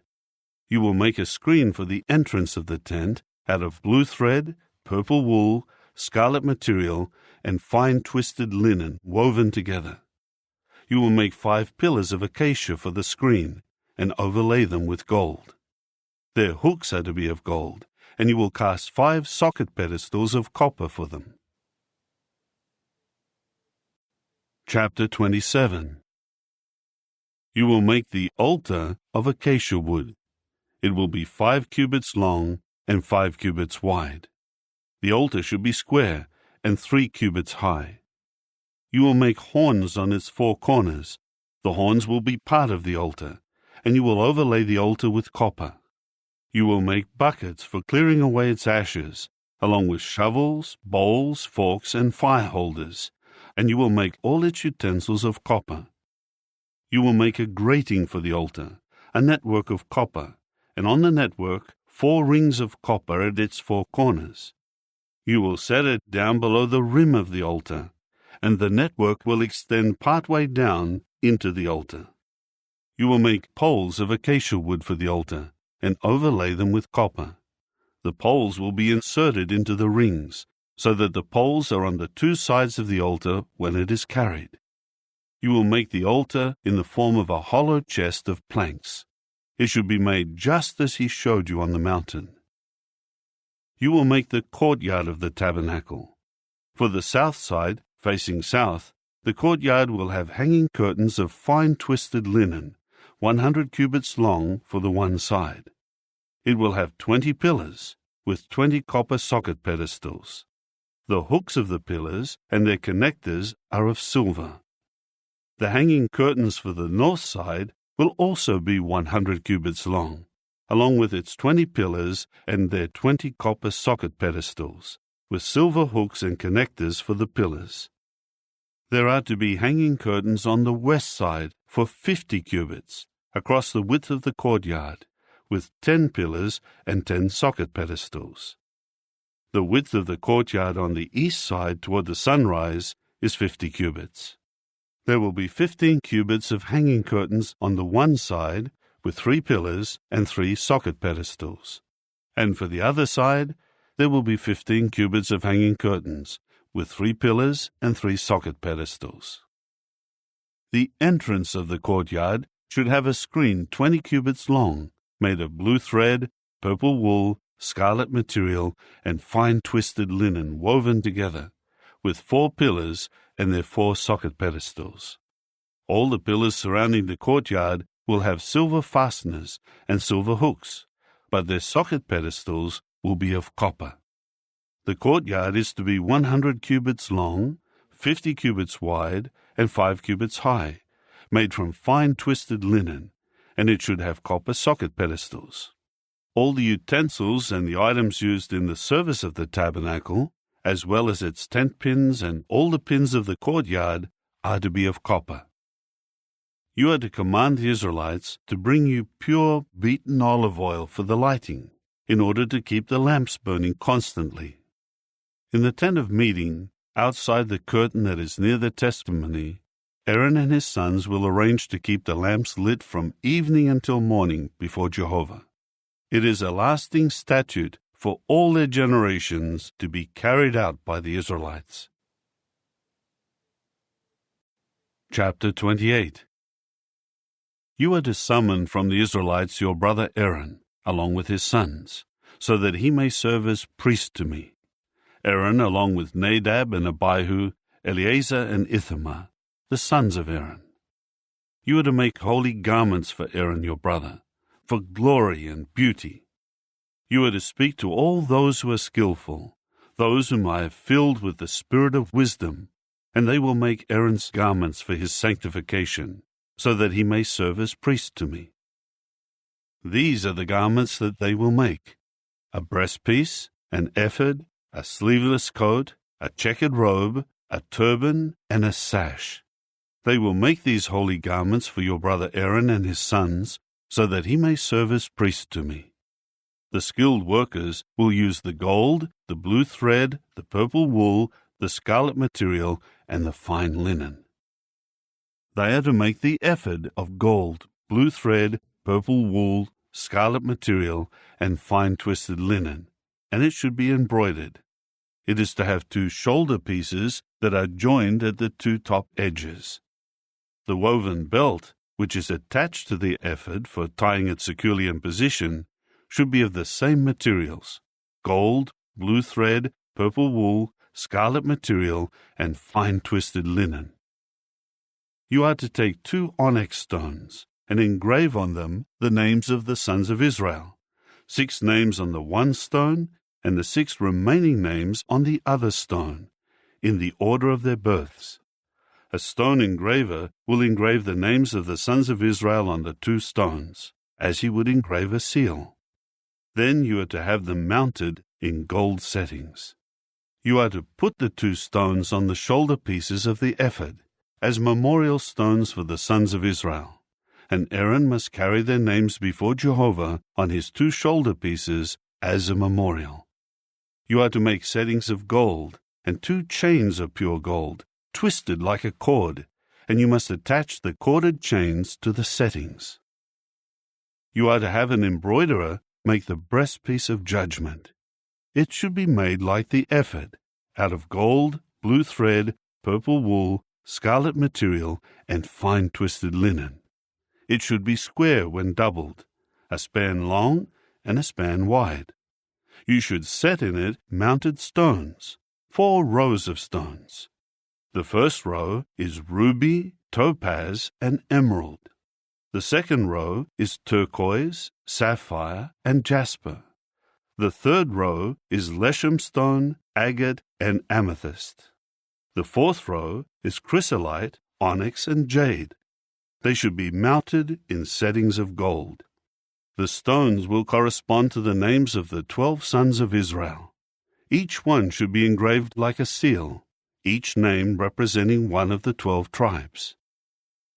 You are to make wreathed chains on the breastpiece, like cords of pure gold. You are to make 2 rings of gold for the breastpiece, and attach the 2 rings to the 2 ends of the breastpiece. You are to put the 2 cords of gold through the 2 rings at the ends of the breastpiece. You will put the 2 ends of the 2 cords through the 2 settings, and you must attach them to the shoulder pieces of the ephod at the front. You are to make 2 rings of gold and set them at the 2 ends on the inside edge of the breastpiece, facing the ephod. You should make 2 more rings of gold on the front of the ephod, below the 2 shoulder pieces, close to where it is joined, above the woven belt of the ephod. The breastpiece should be held in place by a blue cord, tying its rings to the rings of the ephod. This will keep the breastpiece in place on the ephod, above the woven belt. Aaron must carry the names of the sons of Israel on the breastpiece of judgment over his heart when he comes into the holy, as a constant memorial before Jehovah. You will put the Urim and the Thummim into the breastpiece of judgment, and they must be over Aaron's heart when he comes in before Jehovah. And Aaron must carry the means for making judgments of the Israelites over his heart before Jehovah constantly. You are to make the sleeveless coat of the ephod entirely of blue thread. There will be an opening at the top, in the middle of it. Its opening should have a border woven all around it by a loom worker. It should be like the opening of a coat of mail, so that it will not be torn. You should make pomegranates of blue thread, purple wool, and scarlet material all around its hem, along with bells of gold in between them. You should alternate a bell of gold and a pomegranate, a bell of gold and a pomegranate, all around the hem of the sleeveless coat. It must be worn by Aaron so that he may minister, and the sound from it must be heard when he goes into the sanctuary before Jehovah and when he comes out, so that he will not die. You are to make a shining plate of pure gold and engrave on it, as one would engrave a seal, "Holiness belongs to Jehovah." You must fasten it to the turban with a blue cord. It is to remain on the front of the turban. It will be on Aaron's forehead, and Aaron will bear responsibility when someone commits an error against the holy things, which the Israelites sanctify when they offer them as holy gifts. It must always remain on his forehead, so that they may gain approval before Jehovah. You are to weave the checkered robe of fine linen, make a turban of fine linen, and make a woven sash. You will also make robes, sashes, and headgear for Aaron's sons, for glory and beauty. You will clothe your brother Aaron and his sons with him, and you are to anoint them, and install them, and sanctify them, and they will serve as priests to me. Also, make linen shorts for them, to cover their naked flesh. These are to extend from the hips to the thighs. These must be worn by Aaron and his sons when they come into the tent of meeting, or when they approach the altar to minister in the holy place, so that they may not incur guilt and die. It is a permanent statute for him and his offspring after him. Chapter 29. This is what you are to do to sanctify them, to serve as priests to me. Take a young bull, 2 unblemished rams, unleavened bread, unleavened ring-shaped loaves mixed with oil, and unleavened wafers spread with oil. You are to make them with fine wheat flour, and put them in a basket, and present them in the basket, along with the bull and the 2 rams. You will present Aaron and his sons at the entrance of the tent of meeting, and wash them with water. Then you are to take the garments, and clothe Aaron with the robe, the sleeveless coat of the ephod, and the breastpiece. And you are to tie the woven belt of the ephod securely around his waist. You will put the turban on his head, and put the holy sign of dedication on the turban, and take the anointing oil, and pour it on his head, and anoint him. Then bring his sons forward, and clothe them with the robes, and wrap the sashes around them, Aaron as well as his sons, and put on their headgear, and the priesthood will become theirs as a permanent statute. This is how you should install Aaron and his sons to serve as priests.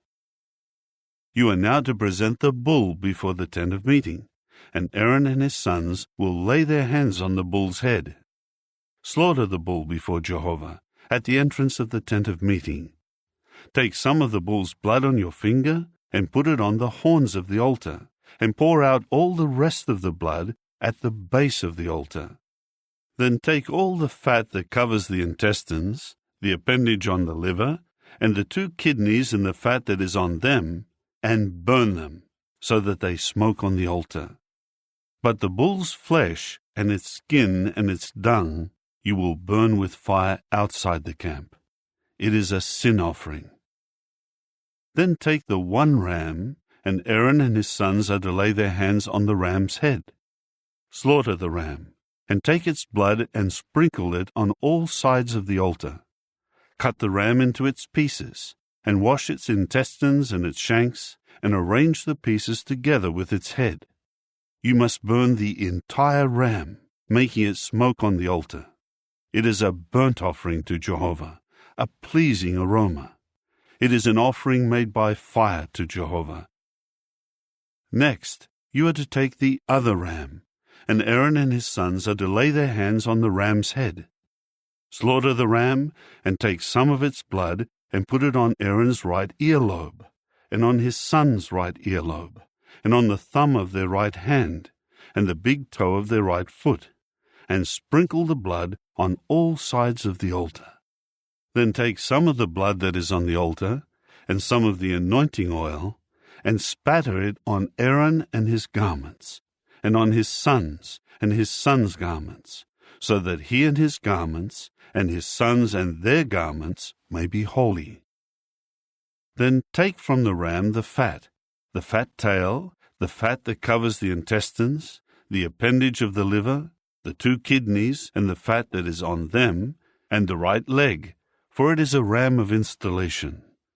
Take also a round loaf of bread, and a ring-shaped loaf of oiled bread, and a wafer out of the basket of unleavened bread that is before Jehovah. You must place them all in the hands of Aaron and in the hands of his sons, and you are to wave them back and forth as a wave offering before Jehovah. Then you will take them out of their hands and burn them on the altar, on top of the burnt offering, as a pleasing aroma before Jehovah. It is an offering made by fire to Jehovah.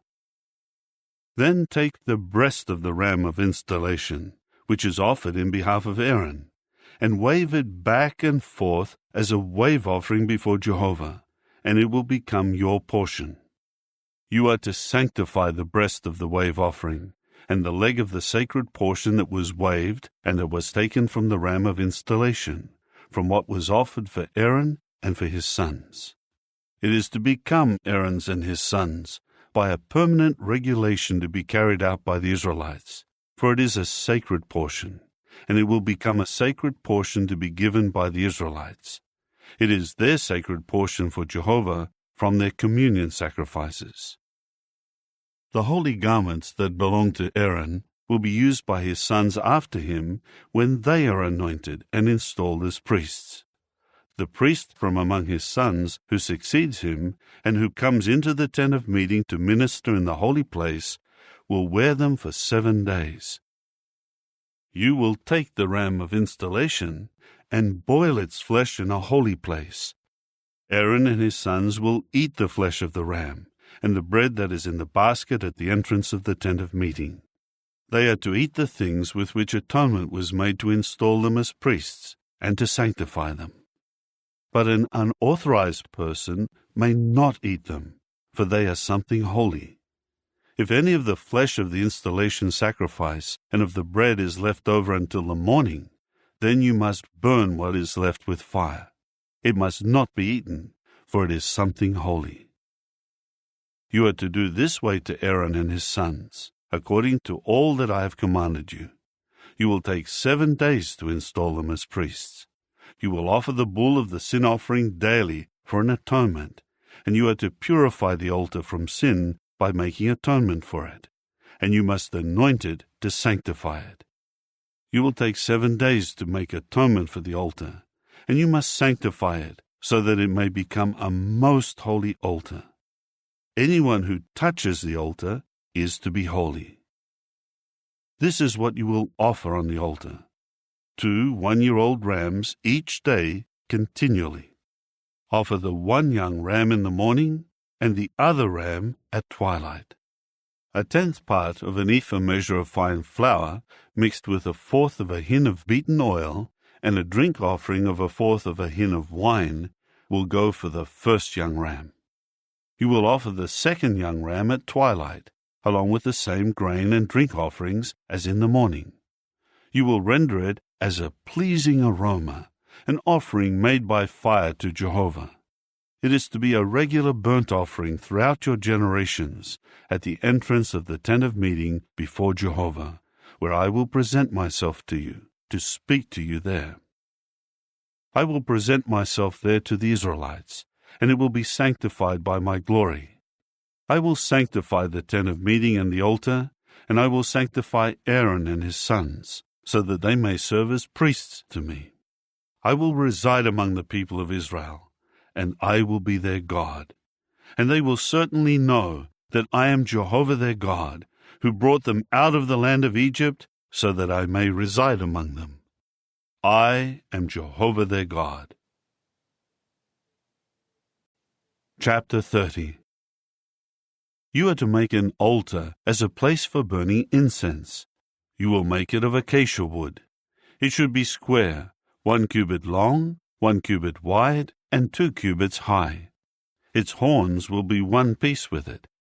You are to overlay it with pure gold, its top surface, its sides all around, and its horns, and you are to make a gold border around it. You will also make 2 rings of gold for it below its border, on 2 opposite sides, and these will hold the poles used to carry it. Make the poles of acacia wood, and overlay them with gold. You are to put it before the curtain that is near the ark of the testimony, before the cover that is over the testimony, where I will present myself to you. Aaron will burn perfumed incense on it, making it smoke on the altar when he maintains the lamps each morning. Also, when Aaron lights the lamps at twilight, he will burn the incense. It is a regular incense offering before Jehovah throughout your generations. You must not offer on it unauthorized incense, or a burnt offering, or a grain offering, and you must not pour a drink offering on it. Aaron must make atonement on its horns once a year. With some of the blood of the sin offering of the atonement, he will make atonement for it once a year throughout your generations. It is most holy to Jehovah. Then Jehovah said to Moses, "Whenever you take a census and count the sons of Israel, each one must give a ransom for his life to Jehovah at the time of the census. This is so that no plague may be brought upon them when they are registered. This is what all those who are registered will give, a half shekel by the standard shekel of the holy place. 20 gerahs equal a shekel. A half shekel is the contribution to Jehovah. Everyone registered who is 20 years old and up will give Jehovah's contribution. The rich should not give more, and the poor should not give less than the half shekel, as a contribution to Jehovah to make atonement for your lives.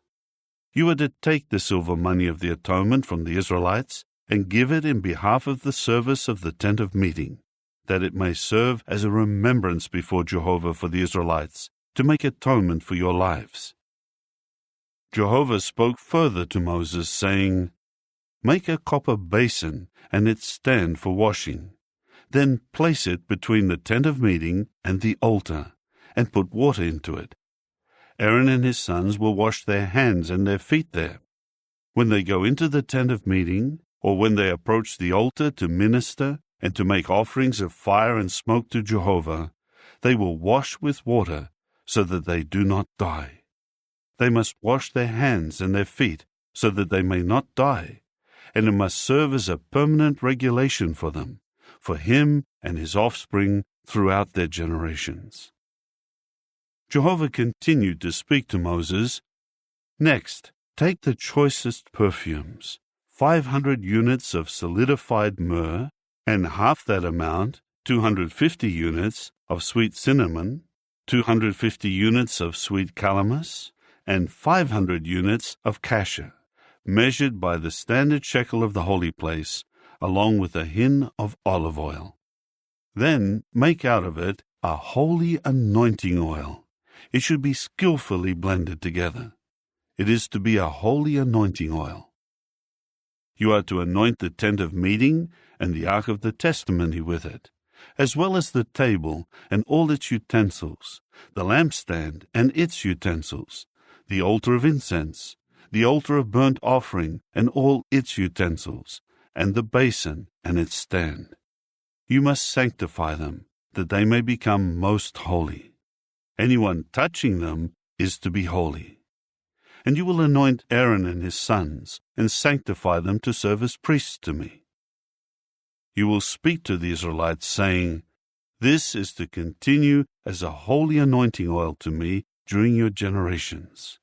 It is not to be applied to the flesh of mankind, and you must not make anything with a composition like it. It is something holy. It is to continue as something holy for you. Anyone who makes an ointment like it, and who puts some of it on an unauthorized person, must be cut off from his people. Then Jehovah said to Moses, Take equal portions of these perfumes, stacte drops, onycha, perfumed galbanum, and pure frankincense. Make it into an incense. The spice mixture should be skillfully blended, salted, pure and holy. You are to pound some of it into fine powder, and put some of it before the testimony in the tent of meeting, where I will present myself to you. It should be most holy to you. You must not make for your own use the incense that you make with this composition. You are to regard it as something holy to Jehovah. Whoever makes any like it to enjoy its smell must be cut off from his people. Chapter 31. Jehovah continued to speak to Moses, saying, See, I have chosen Bezalel, the son of Uri, the son of Hur, of the tribe of Judah. I will fill him with the Spirit of God, giving him wisdom, understanding, and knowledge of every kind of craftsmanship, for making artistic designs, for working with gold, silver, and copper, for cutting and setting stones, and for making every kind of wood product. Moreover, to assist him I have appointed Aholiab, the son of Ahisamach, of the tribe of Dan, and I am putting wisdom into the heart of all those who are skillful, so that they may make everything I have commanded you: the tent of meeting, the ark of the testimony, and the cover that is on it, all the equipment of the tent, the table and its utensils, the lampstand of pure gold, and all its utensils, the altar of incense, the altar of burnt offering, and all its utensils, the basin and its stand, the finely woven garments, the holy garments for Aaron the priest, the garments of his sons to serve as priests, the anointing oil, and the perfumed incense for the sanctuary. They will do everything I have commanded you. Jehovah said further to Moses, "Speak to the Israelites and tell them, especially you are to keep my Sabbaths. For it is a sign between me and you during your generations, in order that you may know that I, Jehovah, am sanctifying you. You must keep the Sabbath, for it is something holy to you. Whoever profanes it must be put to death. If anyone does any work on it, then that person must be cut off from among his people. 6 days work may be done, but on the 7th day is a Sabbath of complete rest. It is something holy to Jehovah. Anyone doing work on the Sabbath day must be put to death. The Israelites must keep the Sabbath. They must observe the Sabbath during all their generations. It is a lasting covenant. It is an enduring sign between me and the people of Israel. For in 6 days Jehovah made the heavens and the earth, and on the 7th day he rested and refreshed himself. Now as soon as he had finished speaking with him on Mount Sinai, he gave Moses 2 tablets of the testimony, tablets of stone, written on by God's finger. Chapter 32. Meanwhile, the people saw that Moses was taking a long time coming down from the mountain. So the people gathered around Aaron and said to him, "Get up, make for us a god who will go ahead of us, because we do not know what has happened to this Moses, the man who led us up out of the land of Egypt." At this, Aaron said to them, "Take the gold earrings from the ears of your wives, your sons, and your daughters, and bring them to me." So all the people began taking off the gold earrings that were in their ears and bringing them to Aaron. Then he took the gold from them, and he formed it with an engraving tool, and made it into a statue of a calf. They began to say, "This is your God, O Israel, who led you up out of the land of Egypt." When Aaron saw this, he built an altar before it. Then Aaron called out, "There is a festival to Jehovah tomorrow." So they got up early on the next day and began offering up burnt offerings and presenting communion sacrifices. After that, the people sat down to eat and drink. Then they got up to have a good time. Jehovah now said to Moses, "Go, descend, because your people, whom you led up out of the land of Egypt, have corrupted themselves. They have quickly deviated from the way I commanded them to go. They have made for themselves a statue of a calf, and they keep bowing down to it and sacrificing to it and saying, 'This is your God, O Israel, who led you up out of the land of Egypt.'" Jehovah went on to say to Moses, "I have seen that this is an obstinate people. So now let me be, and I will exterminate them in my burning anger, and let me make a great nation from you instead." Then Moses appealed to Jehovah his God and said, "Why, O Jehovah, should you turn your burning anger against your people after bringing them out of the land of Egypt with great power and with a mighty hand? Why should the Egyptians say, 'He had evil intentions when he led them out. He wanted to kill them in the mountains and exterminate them from the surface of the earth'? Turn from your burning anger and reconsider your decision to bring this calamity on your people. Remember your servants, Abraham, Isaac, and Israel, to whom you swore by yourself and said, 'I will multiply your offspring like the stars of the heavens, and I will give all this land that I have designated to your offspring, so that they may take it as a permanent possession.' So Jehovah began to reconsider the calamity that he had spoken of bringing on his people. Moses then turned and went down from the mountain with the 2 tablets of the testimony in his hand. The tablets were inscribed on both sides. They were written on the front and on the back. The tablets were the workmanship of God, and the writing was the writing of God engraved on the tablets. When Joshua began to hear the noise of the people because of their shouting, he said to Moses, "There is the sound of battle in the camp." But Moses said, "It is not the sound of singing over a victory, and it is not the sound of wailing over a defeat. I hear the sound of another kind of singing." As soon as Moses got near the camp and saw the calf and the dancers, his anger began to blaze, and he threw the tablets from his hands and shattered them at the foot of the mountain.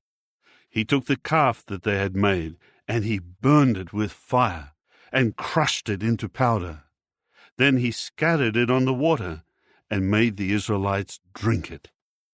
And Moses said to Aaron, "What did this people do to you, that you have brought a great sin upon them?" Aaron replied, "Do not be enraged, my lord. You well know that the people are inclined to do evil. So they said to me, 'Make for us a god who will go ahead of us, for we do not know what has happened to this Moses, the man who led us up out of the land of Egypt.' So I said to them, 'Whoever has any gold must take it off and give it to me.' Then I threw it into the fire, and out came this calf."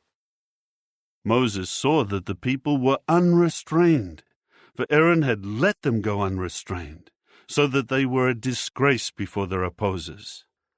Then Moses took his position in the gate of the camp and said, "Who is on Jehovah's side? Come to me." And all the Levites gathered around him. He now said to them, "This is what Jehovah the God of Israel has said. Each of you must fasten on his sword and pass through all the camp from gate to gate, killing his brother, his neighbor, and his close companion." The Levites did what Moses said. So about 3,000 men were killed on that day. Then Moses said, "Set yourselves apart for Jehovah today, for each of you has gone against his own son and his own brother. Today he will give you a blessing."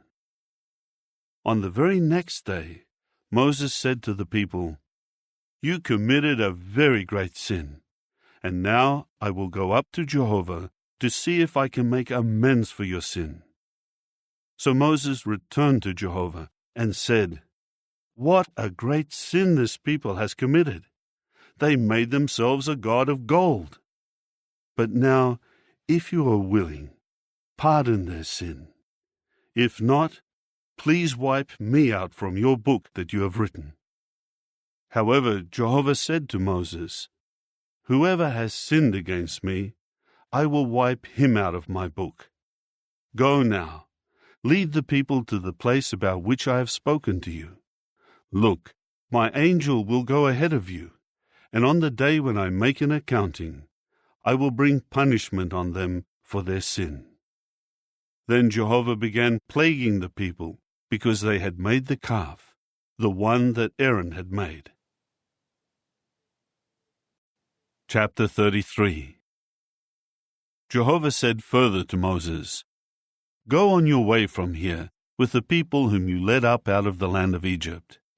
Journey to the land about which I swore to Abraham, Isaac, and Jacob, saying, 'To your offspring I will give it.' I will send an angel ahead of you, and drive out the Canaanites, the Amorites, the Hittites, the Perizzites, the Hivites, and the Jebusites. Go up to a land flowing with milk and honey. But I will not go in the midst of you, for you are an obstinate people, and I might exterminate you on the way." When the people heard this harsh word, they began to mourn, and not one of them put on his ornaments. Jehovah said to Moses, "Say to the Israelites, 'You are an obstinate people. In one moment I could go through the midst of you and exterminate you. So now keep your ornaments off, while I consider what to do to you." So from Mount Horeb onward, the Israelites refrained from wearing their ornaments. Now Moses took his tent and pitched it outside the camp, at some distance from the camp, and he called it a tent of meeting. Everyone inquiring of Jehovah would go out to the tent of meeting, which was outside the camp. As soon as Moses went out to the tent, all the people would rise and stand at the entrance of their own tents, and they would gaze after Moses until he entered into the tent. As soon as Moses would go into the tent, the pillar of cloud would come down and stand at the entrance of the tent while God spoke with Moses. When all the people saw the pillar of cloud standing at the entrance of the tent, each of them rose and bowed down at the entrance of his own tent. Jehovah spoke to Moses face to face, just as one man would speak to another man. When he returned to the camp, Joshua the son of Nun, his minister and attendant, would not depart from the tent. Now Moses said to Jehovah, "See, you are saying to me, 'Lead this people up,' but you have not let me know whom you will send with me. Moreover, you have said, 'I know you by name,' and you have also found favor in my eyes. Please, if I have found favor in your eyes, make me know your ways, so that I may know you and continue to find favor in your eyes. Consider, too, that this nation is your people." So he said, "I myself will go with you, and I will give you rest." Then Moses said to him, "If you yourself are not going along, do not lead us up from here. How will it be known that I have found favor in your eyes, I and your people? Is it not by your going along with us, so that I and your people will be distinguished from every other people on the face of the earth?" Jehovah went on to say to Moses, "I will also do this thing that you request, because you have found favor in my eyes, and I know you by name." Then he said, "Please, show me your glory." But he said, "I will make all my goodness pass before your face, and I will declare before you the name of Jehovah. And I will favor the one whom I favor, and I will show mercy to the one to whom I show mercy."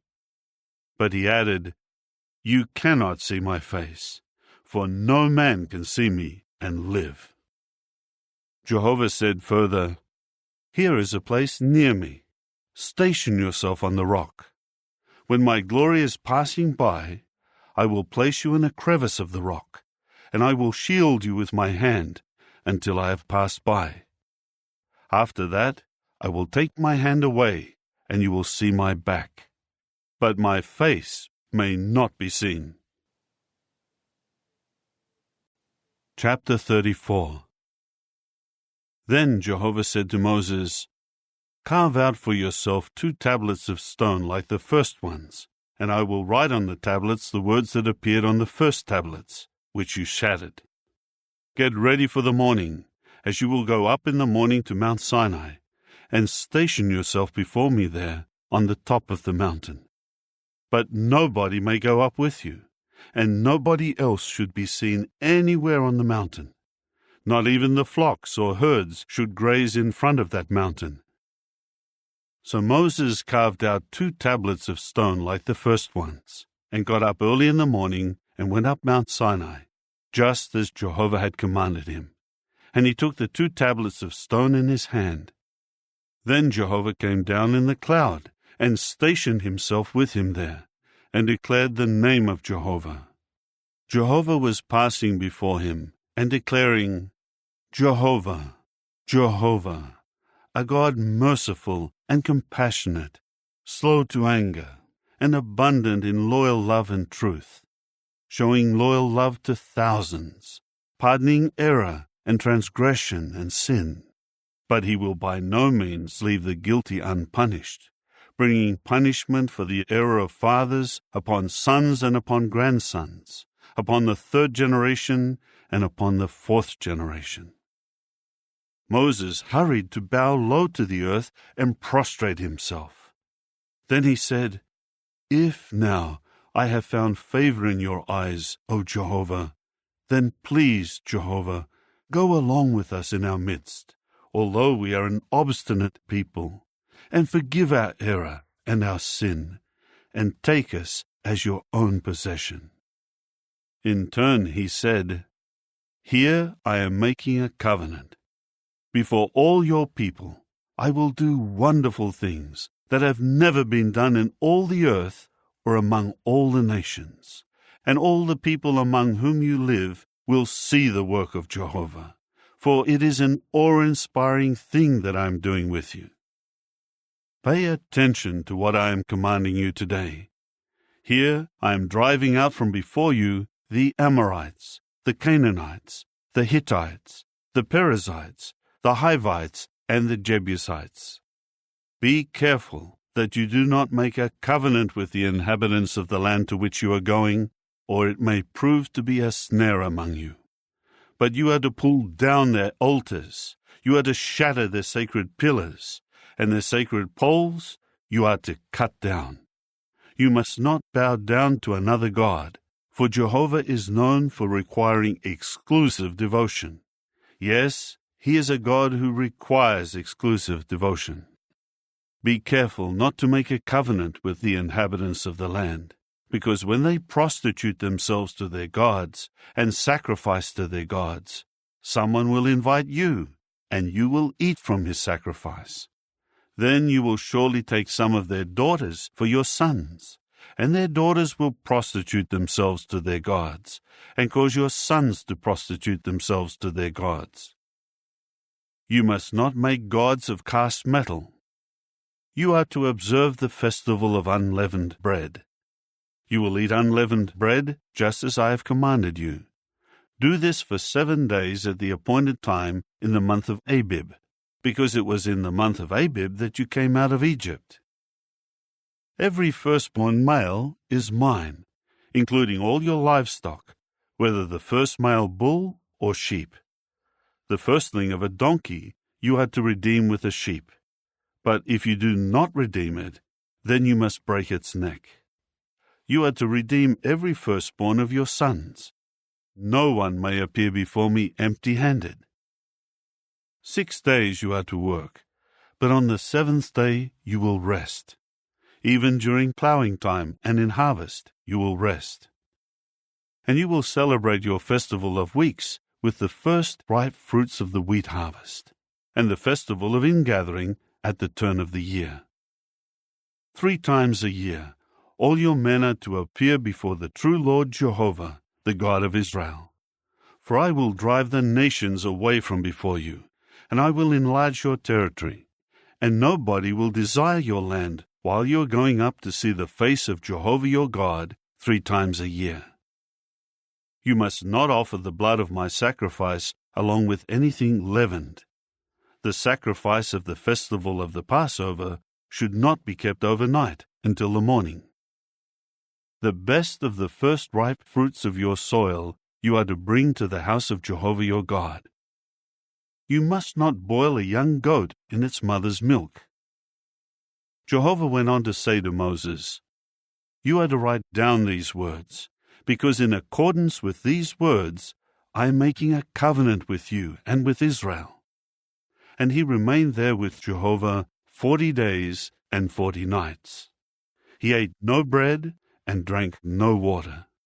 And he wrote on the tablets the words of the covenant, the 10 Commandments. Moses then came down from Mount Sinai, and the 2 tablets of the testimony were in his hand. When he came down from the mountain, Moses did not know that the skin of his face was emitting rays, because he had been speaking with God.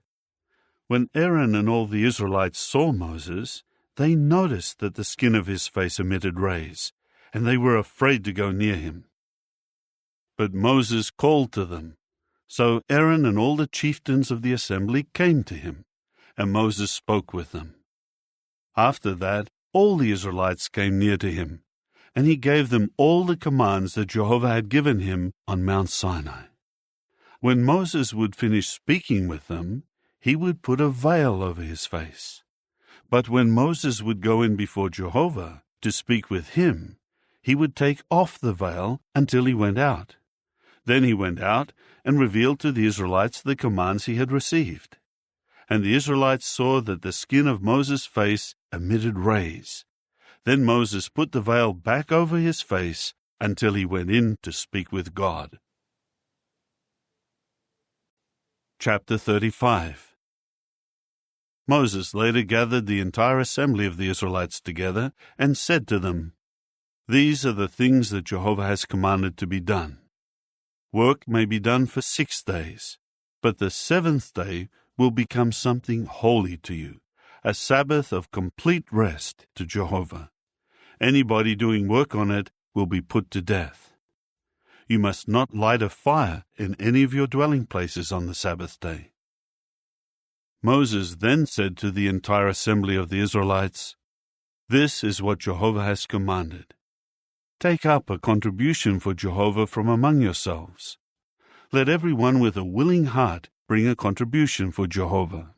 Gold, silver, copper, blue thread, purple wool, scarlet material, fine linen, goat hair, ram skins dyed red, seal skins, acacia wood, oil for the lamps, balsam for the anointing oil and for the perfumed incense, onyx stones, and other stones for setting in the ephod and the breastpiece.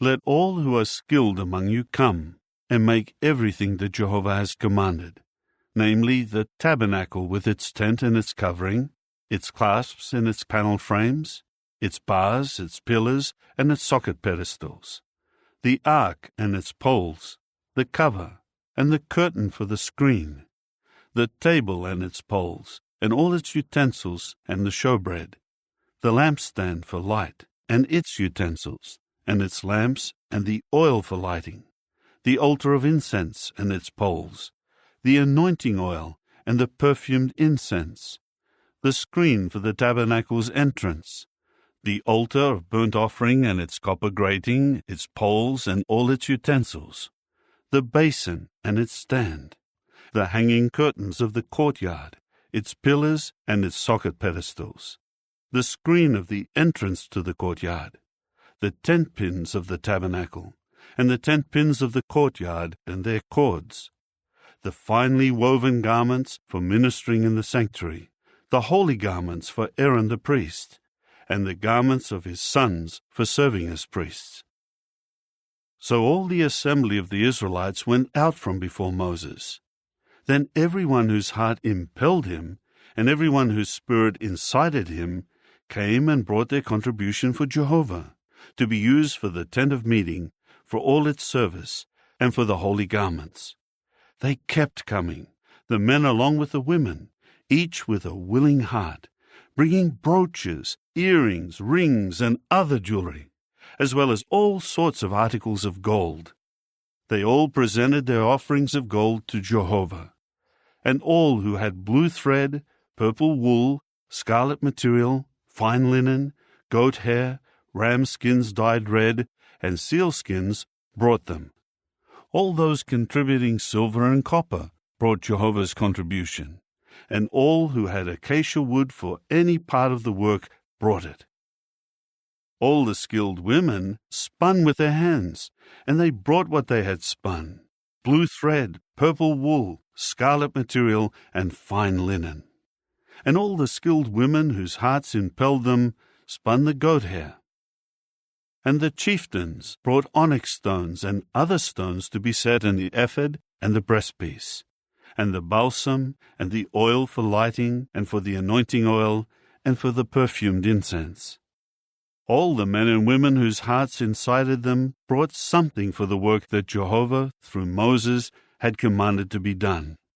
The Israelites brought it as a voluntary offering to Jehovah.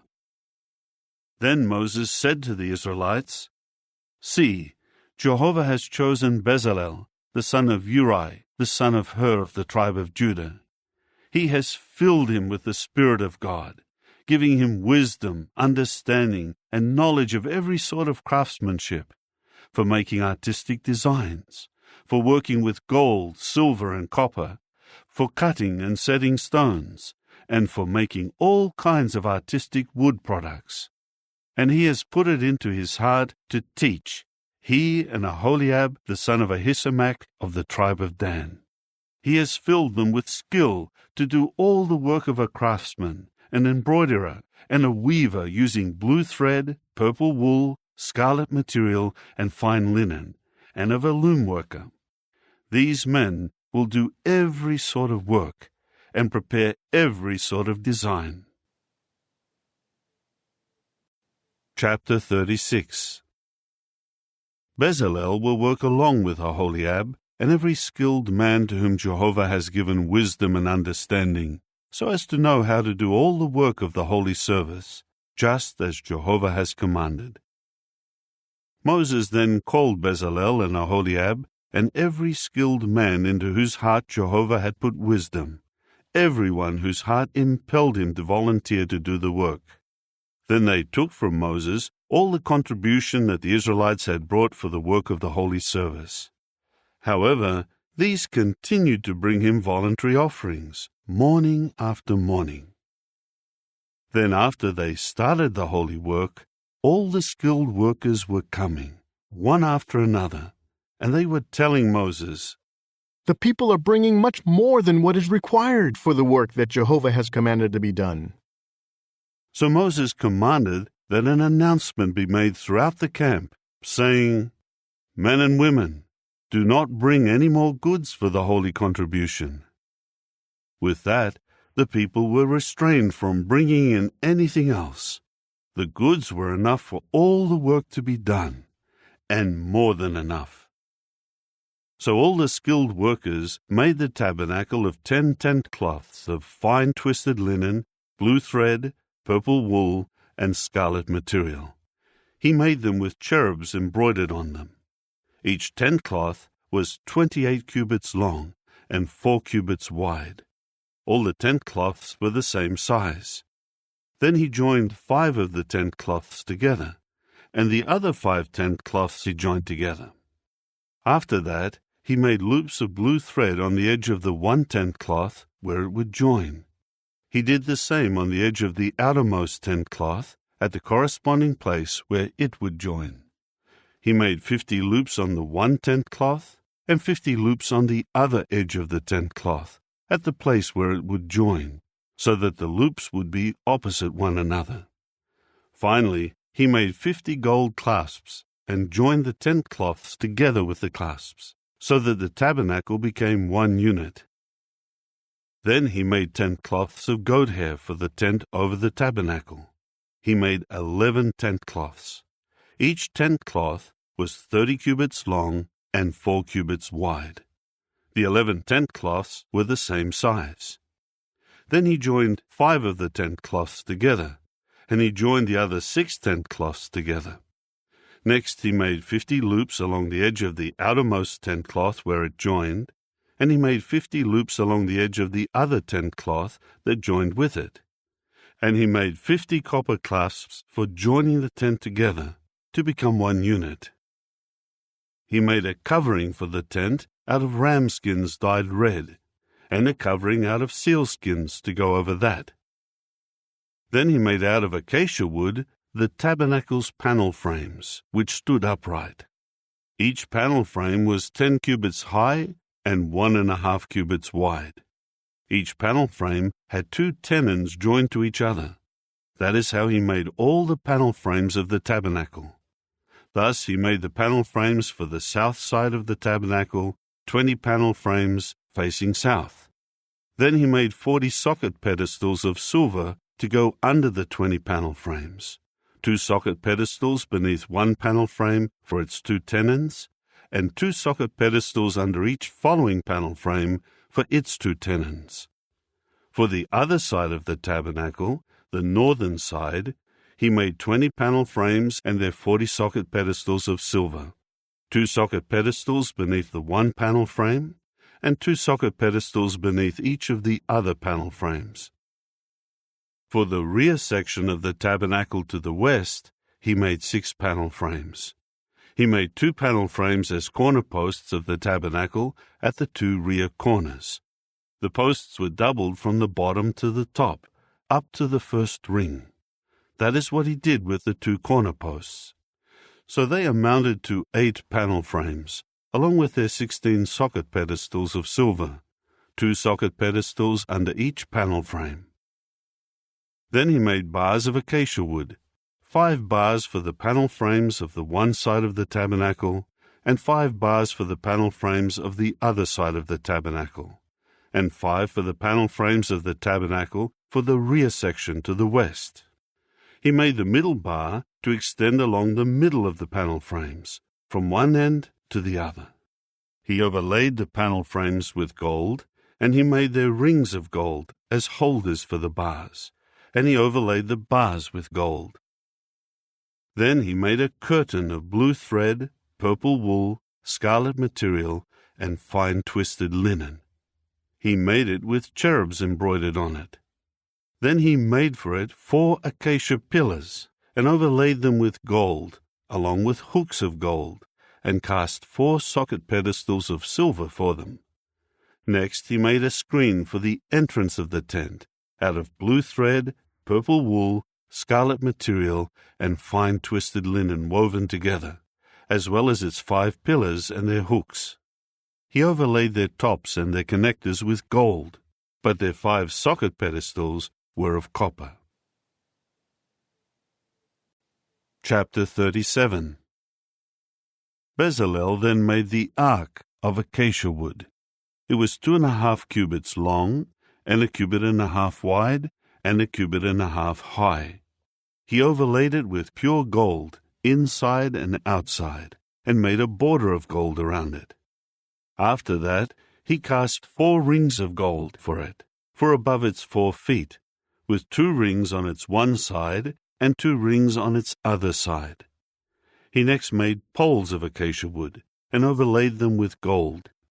Then he put the poles through the rings on the sides of the ark, for carrying the ark. He made the cover of pure gold. It was 2.5 cubits long, and 1.5 cubits wide. He then made 2 cherubs of hammered gold on both ends of the cover. One cherub was on one end, and the other cherub on the other end. He made the cherubs on both ends of the cover. The 2 cherubs spread out their wings upward, overshadowing the cover with their wings. They were facing each other, and their faces were turned toward the cover. He then made the table of acacia wood. It was 2 cubits long, 1 cubit wide, and 1.5 cubits high, and he overlaid it with pure gold, and made a border of gold around it. Next he made a rim the width of a handbreadth to go around it, and a border of gold to go around the rim. Further he cast 4 rings of gold for it, and placed the rings on the 4 corners, where the 4 legs were attached. The rings were near the rim, as holders for the poles used for carrying the table. Then he made the poles of acacia wood, and overlaid them with gold for carrying the table. After that he made out of pure gold the utensils that went on the table, its dishes, its cups, and its bowls and pitchers from which drink offerings would be poured. Then he made the lampstand of pure gold. He made the lampstand of hammered work. Its base, its stem, its cups, its knobs, and its blossoms were one piece. 6 branches were extending out from its stem, 3 branches of the lampstand from its one side, and 3 branches from its other side.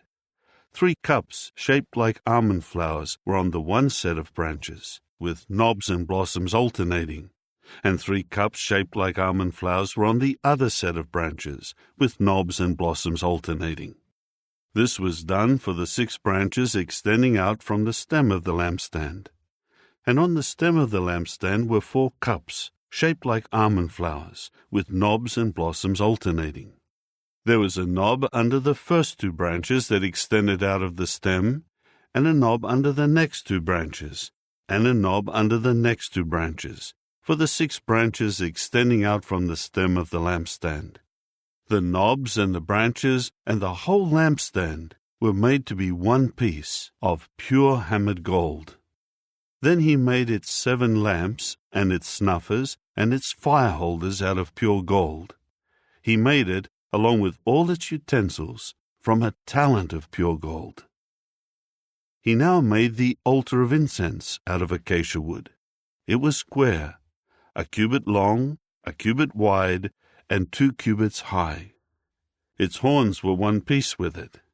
He overlaid it with pure gold, its top surface and its sides all around, and its horns, and he made a border of gold around it. He made 2 rings of gold for it below its border on 2 opposite sides, to hold the poles used for carrying it. After that he made the poles of acacia wood and overlaid them with gold. He also made the holy anointing oil and the pure perfumed incense skillfully blended. Chapter 38. He made the altar of burnt offering out of acacia wood. It was square, 5 cubits long, 5 cubits wide, and 3 cubits high. Then he made its horns on its 4 corners. Its horns were one piece with it. Next he overlaid it with copper. After that he made all the utensils of the altar, the buckets, the shovels, the bowls, the forks, and the fire holders. All its utensils he made of copper. He also made a grating for the altar, a network of copper, under its rim, down toward its center. He cast 4 rings on the 4 corners, near the grating of copper, as holders for the poles. After that he made the poles of acacia wood, and overlaid them with copper. He inserted the poles into the rings on the sides of the altar for carrying it. He made the altar in the form of a hollow chest of planks. Then he made the basin of copper, and its copper stand. He used the mirrors of the women who were organized to serve at the entrance of the tent of meeting. Then he made the courtyard.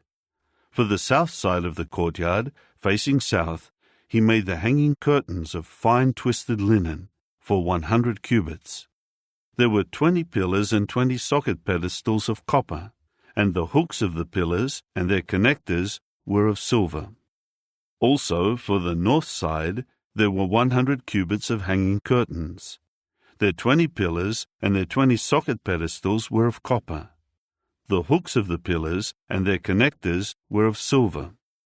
But for the west side, the hanging curtains were for 50 cubits. There were 10 pillars and 10 socket pedestals, and the hooks of the pillars and their connectors were of silver. The width of the east side, toward the sun rising, was 50 cubits.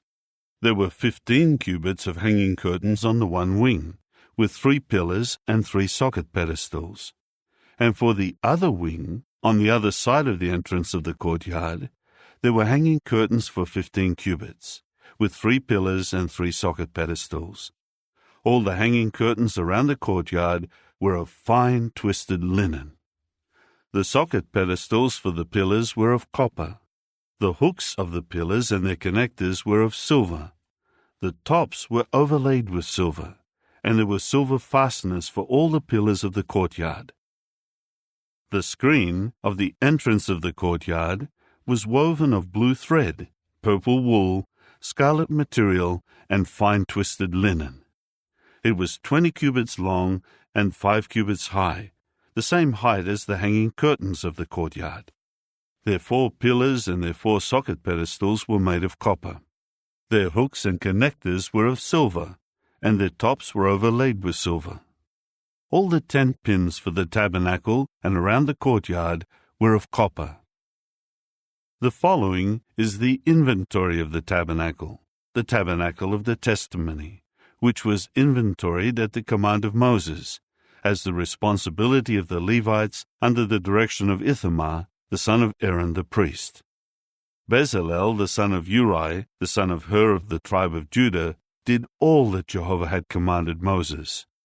With him was Aholiab, the son of Ahisamach of the tribe of Dan, a craftsman and an embroiderer, and a weaver of the blue thread, the purple wool, the scarlet material, and the fine linen. All the gold that was used for all the work of the holy place equaled the amount of the gold of the wave offering, 29 talents and 730 shekels by the standard shekel of the holy place. And the silver of the ones registered of the assembly was 100 talents and 1,775 shekels by the standard shekel of the holy place. The half shekel for each individual was half a shekel by the standard shekel of the holy place, for every man who was among those registered, from 20 years of age and up, amounting to 603,550. The casting of the socket pedestals of the holy place and the socket pedestals of the curtain amounted to 100 talents. 100 socket pedestals equaled 100 talents. 1 talent for each socket pedestal. From the 1,775 shekels, he made hooks for the pillars and overlaid their tops and joined them together. The copper of the offering was 70 talents and 2,400 shekels. With this he made the socket pedestals of the entrance of the tent of meeting, the copper altar and its copper grating, all the utensils of the altar, the socket pedestals around the courtyard, the socket pedestals of the entrance of the courtyard, and all the tent pins of the tabernacle, and all the tent pins around the courtyard. Chapter 39. From the blue thread, the purple wool, and the scarlet material, they made finely woven garments for ministering in the holy place. They made the holy garments that were for Aaron, just as Jehovah had commanded Moses. He made the ephod of gold, blue thread, purple wool, scarlet material, and fine twisted linen. They hammered plates of gold into thin sheets, and he cut it into threads, to work in with the blue thread, the purple wool, the scarlet material, and the fine linen, and it was embroidered. They made shoulder pieces for it that were joined at its 2 top edges. And the woven belt, which was attached to the ephod for tying it securely in position, was made of the same material, of gold, blue thread, purple wool, scarlet material, and fine twisted linen, just as Jehovah had commanded Moses. Then they mounted the onyx stones in gold settings, and they engraved them with the names of the sons of Israel, as they would engrave a seal. He placed them on the shoulder pieces of the ephod as memorial stones for the sons of Israel, just as Jehovah had commanded Moses. Then he made the breastpiece with the workmanship of an embroiderer, like the workmanship of the ephod, out of gold, blue thread, purple wool, scarlet material, and fine twisted linen. It was square when doubled. They made the breastpiece, which when doubled was as long and as wide as the span of the hand. They set 4 rows of stones in it. The first row was ruby, topaz, and emerald. The second row was turquoise, sapphire, and jasper. The third row was leshem stone, agate, and amethyst. And the fourth row was chrysolite, onyx, and jade. They were mounted in settings of gold. The stones corresponded to the names of the 12 sons of Israel, and the names were engraved like a seal, each name representing one of the 12 tribes. Then they made wreathed chains on the breastpiece, like cords of pure gold. And they made 2 settings of gold, and 2 rings of gold, and attached the 2 rings to the 2 corners of the breastpiece. After that, they put the 2 cords of gold through the 2 rings at the corners of the breastpiece. Then they put the 2 ends of the 2 cords through the 2 settings, and attached them to the shoulder pieces on the front of the ephod. Next they made 2 rings of gold, and set them at the 2 ends on the inside edge of the breastpiece, facing the ephod. Then they made 2 more rings of gold, and put them on the front of the ephod, below the 2 shoulder pieces, close to where it is joined, above the woven belt of the ephod. Finally they tied the breastpiece with the blue cord from its rings to the rings of the ephod, in order to keep the breastpiece in its place on the ephod, above the woven belt, just as Jehovah had commanded Moses. Then he made the sleeveless coat of the ephod, woven by a loom worker, all of blue thread. The opening of the sleeveless coat was in the middle of it, like the opening of a coat of mail. Its opening had a border around it, so that it would not be torn. Next, they made on the hem of the sleeveless coat pomegranates of blue thread, purple wool, and scarlet material, twisted together. And they made bells of pure gold, and put the bells in between the pomegranates, all around the hem of the sleeveless coat, in between the pomegranates. They alternated a bell and a pomegranate, a bell and a pomegranate, all around the hem of the sleeveless coat, which was used for ministering, just as Jehovah had commanded Moses. And they made the robes of fine linen, woven by a loom worker, for Aaron and his sons, and the turban of fine linen, the ornamental headgear of fine linen, the linen shorts of fine twisted linen, and the sash of fine twisted linen, blue thread, purple wool, and scarlet material woven together, just as Jehovah had commanded Moses. Finally, they made the shining plate, the holy sign of dedication, out of pure gold, and inscribed on it an inscription as one would engrave a seal: "Holiness belongs to Jehovah."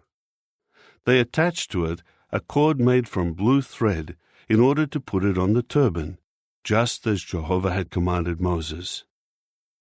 So all the work for the tabernacle, the tent of meeting, was completed, and the Israelites did everything that Jehovah had commanded Moses. They did just so.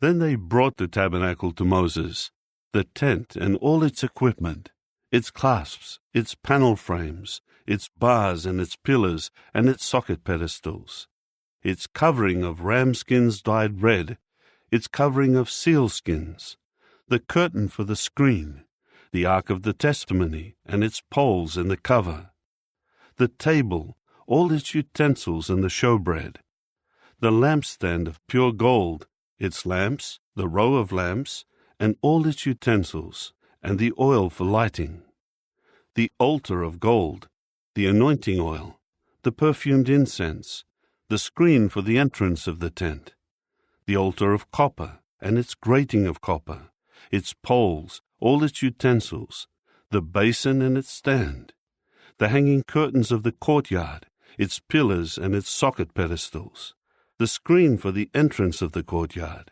its tent cords and its tent pins, and all the utensils for the service of the tabernacle, for the tent of meeting, the finely woven garments for ministering in the sanctuary, the holy garments for Aaron the priest, and the garments of his sons for serving as priests. According to all that Jehovah had commanded Moses, that was how the Israelites did all the work. When Moses inspected all their work, he saw that they had done it just as Jehovah had commanded, and Moses blessed them. Chapter 40. Then Jehovah said to Moses, "On the first day of the first month, you are to set up the tabernacle, the tent of meeting. Place the ark of the testimony in it, and screen off the ark with a curtain. You are to bring the table in, and arrange the things that belong on it, and bring in the lampstand, and light its lamps. Then put the golden altar for incense before the ark of the testimony, and put the screen for the entrance of the tabernacle in place. You are to put the altar of burnt offering before the entrance of the tabernacle, the tent of meeting, and place the basin between the tent of meeting and the altar, and put water in it. Then set up the courtyard around it, and put up the screen for the entrance of the courtyard. Next, you are to take the anointing oil, and anoint the tabernacle and all that is in it, and sanctify it and all its utensils, so that it will become something holy. You are to anoint the altar of burnt offering and all its utensils, and sanctify the altar, so that it will become a most holy altar, and anoint the basin and its stand, and sanctify it. Then bring Aaron and his sons near to the entrance of the tent of meeting, and wash them with water. And you are to clothe Aaron with the holy garments, and anoint him and sanctify him, and he will serve as priest to me. After that, bring his sons near, and clothe them with robes. You are to anoint them, just as you anointed their father, so that they will serve as priests to me, and their anointing will serve continually for them as a lasting priesthood during their generations. Moses did according to all that Jehovah had commanded him. He did just so. In the first month, in the second year, on the first day of the month, the tabernacle was set up. When Moses set up the tabernacle, he put its socket pedestals down, set up the panel frames, put its bars in, and set up its pillars. He spread out the tent over the tabernacle, and placed the covering of the tent over it, just as Jehovah had commanded Moses. After that, he took the testimony, and put it into the ark, and placed the poles on the ark, and put the cover on the ark. He brought the ark into the tabernacle, and put the curtain of the screen in place, and screened off the ark of the testimony, just as Jehovah had commanded Moses. Next, he put the table in the tent of meeting, on the north side of the tabernacle outside the curtain, and he arranged the row of bread on it before Jehovah, just as Jehovah had commanded Moses. He placed the lampstand in the tent of meeting, in front of the table, on the south side of the tabernacle. He lit the lamps before Jehovah, just as Jehovah had commanded Moses. He next placed the golden altar in the tent of meeting before the curtain, in order to make perfumed incense smoke on it, just as Jehovah had commanded Moses.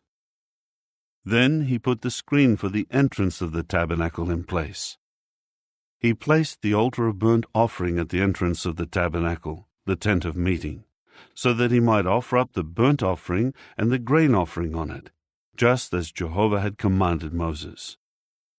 He then placed the basin between the tent of meeting and the altar, and put water in it for washing. Moses and Aaron and his sons washed their hands and their feet at it. Whenever they went into the tent of meeting or approached the altar, they would wash, just as Jehovah had commanded Moses. Finally, he set up the courtyard around the tabernacle and the altar, and put up the screen for the entrance of the courtyard. So Moses finished the work, and the cloud began to cover the tent of meeting, and Jehovah's glory filled the tabernacle. Moses was not able to go into the tent of meeting, because the cloud remained over it, and Jehovah's glory filled the tabernacle. And when the cloud lifted from the tabernacle, the Israelites would break camp during all stages of their journey. However, if the cloud did not lift up, then they would not break camp until the day it lifted. For Jehovah's cloud was over the tabernacle by day, and a fire remained over it by night, in the sight of all the house of Israel, during all stages of their journey.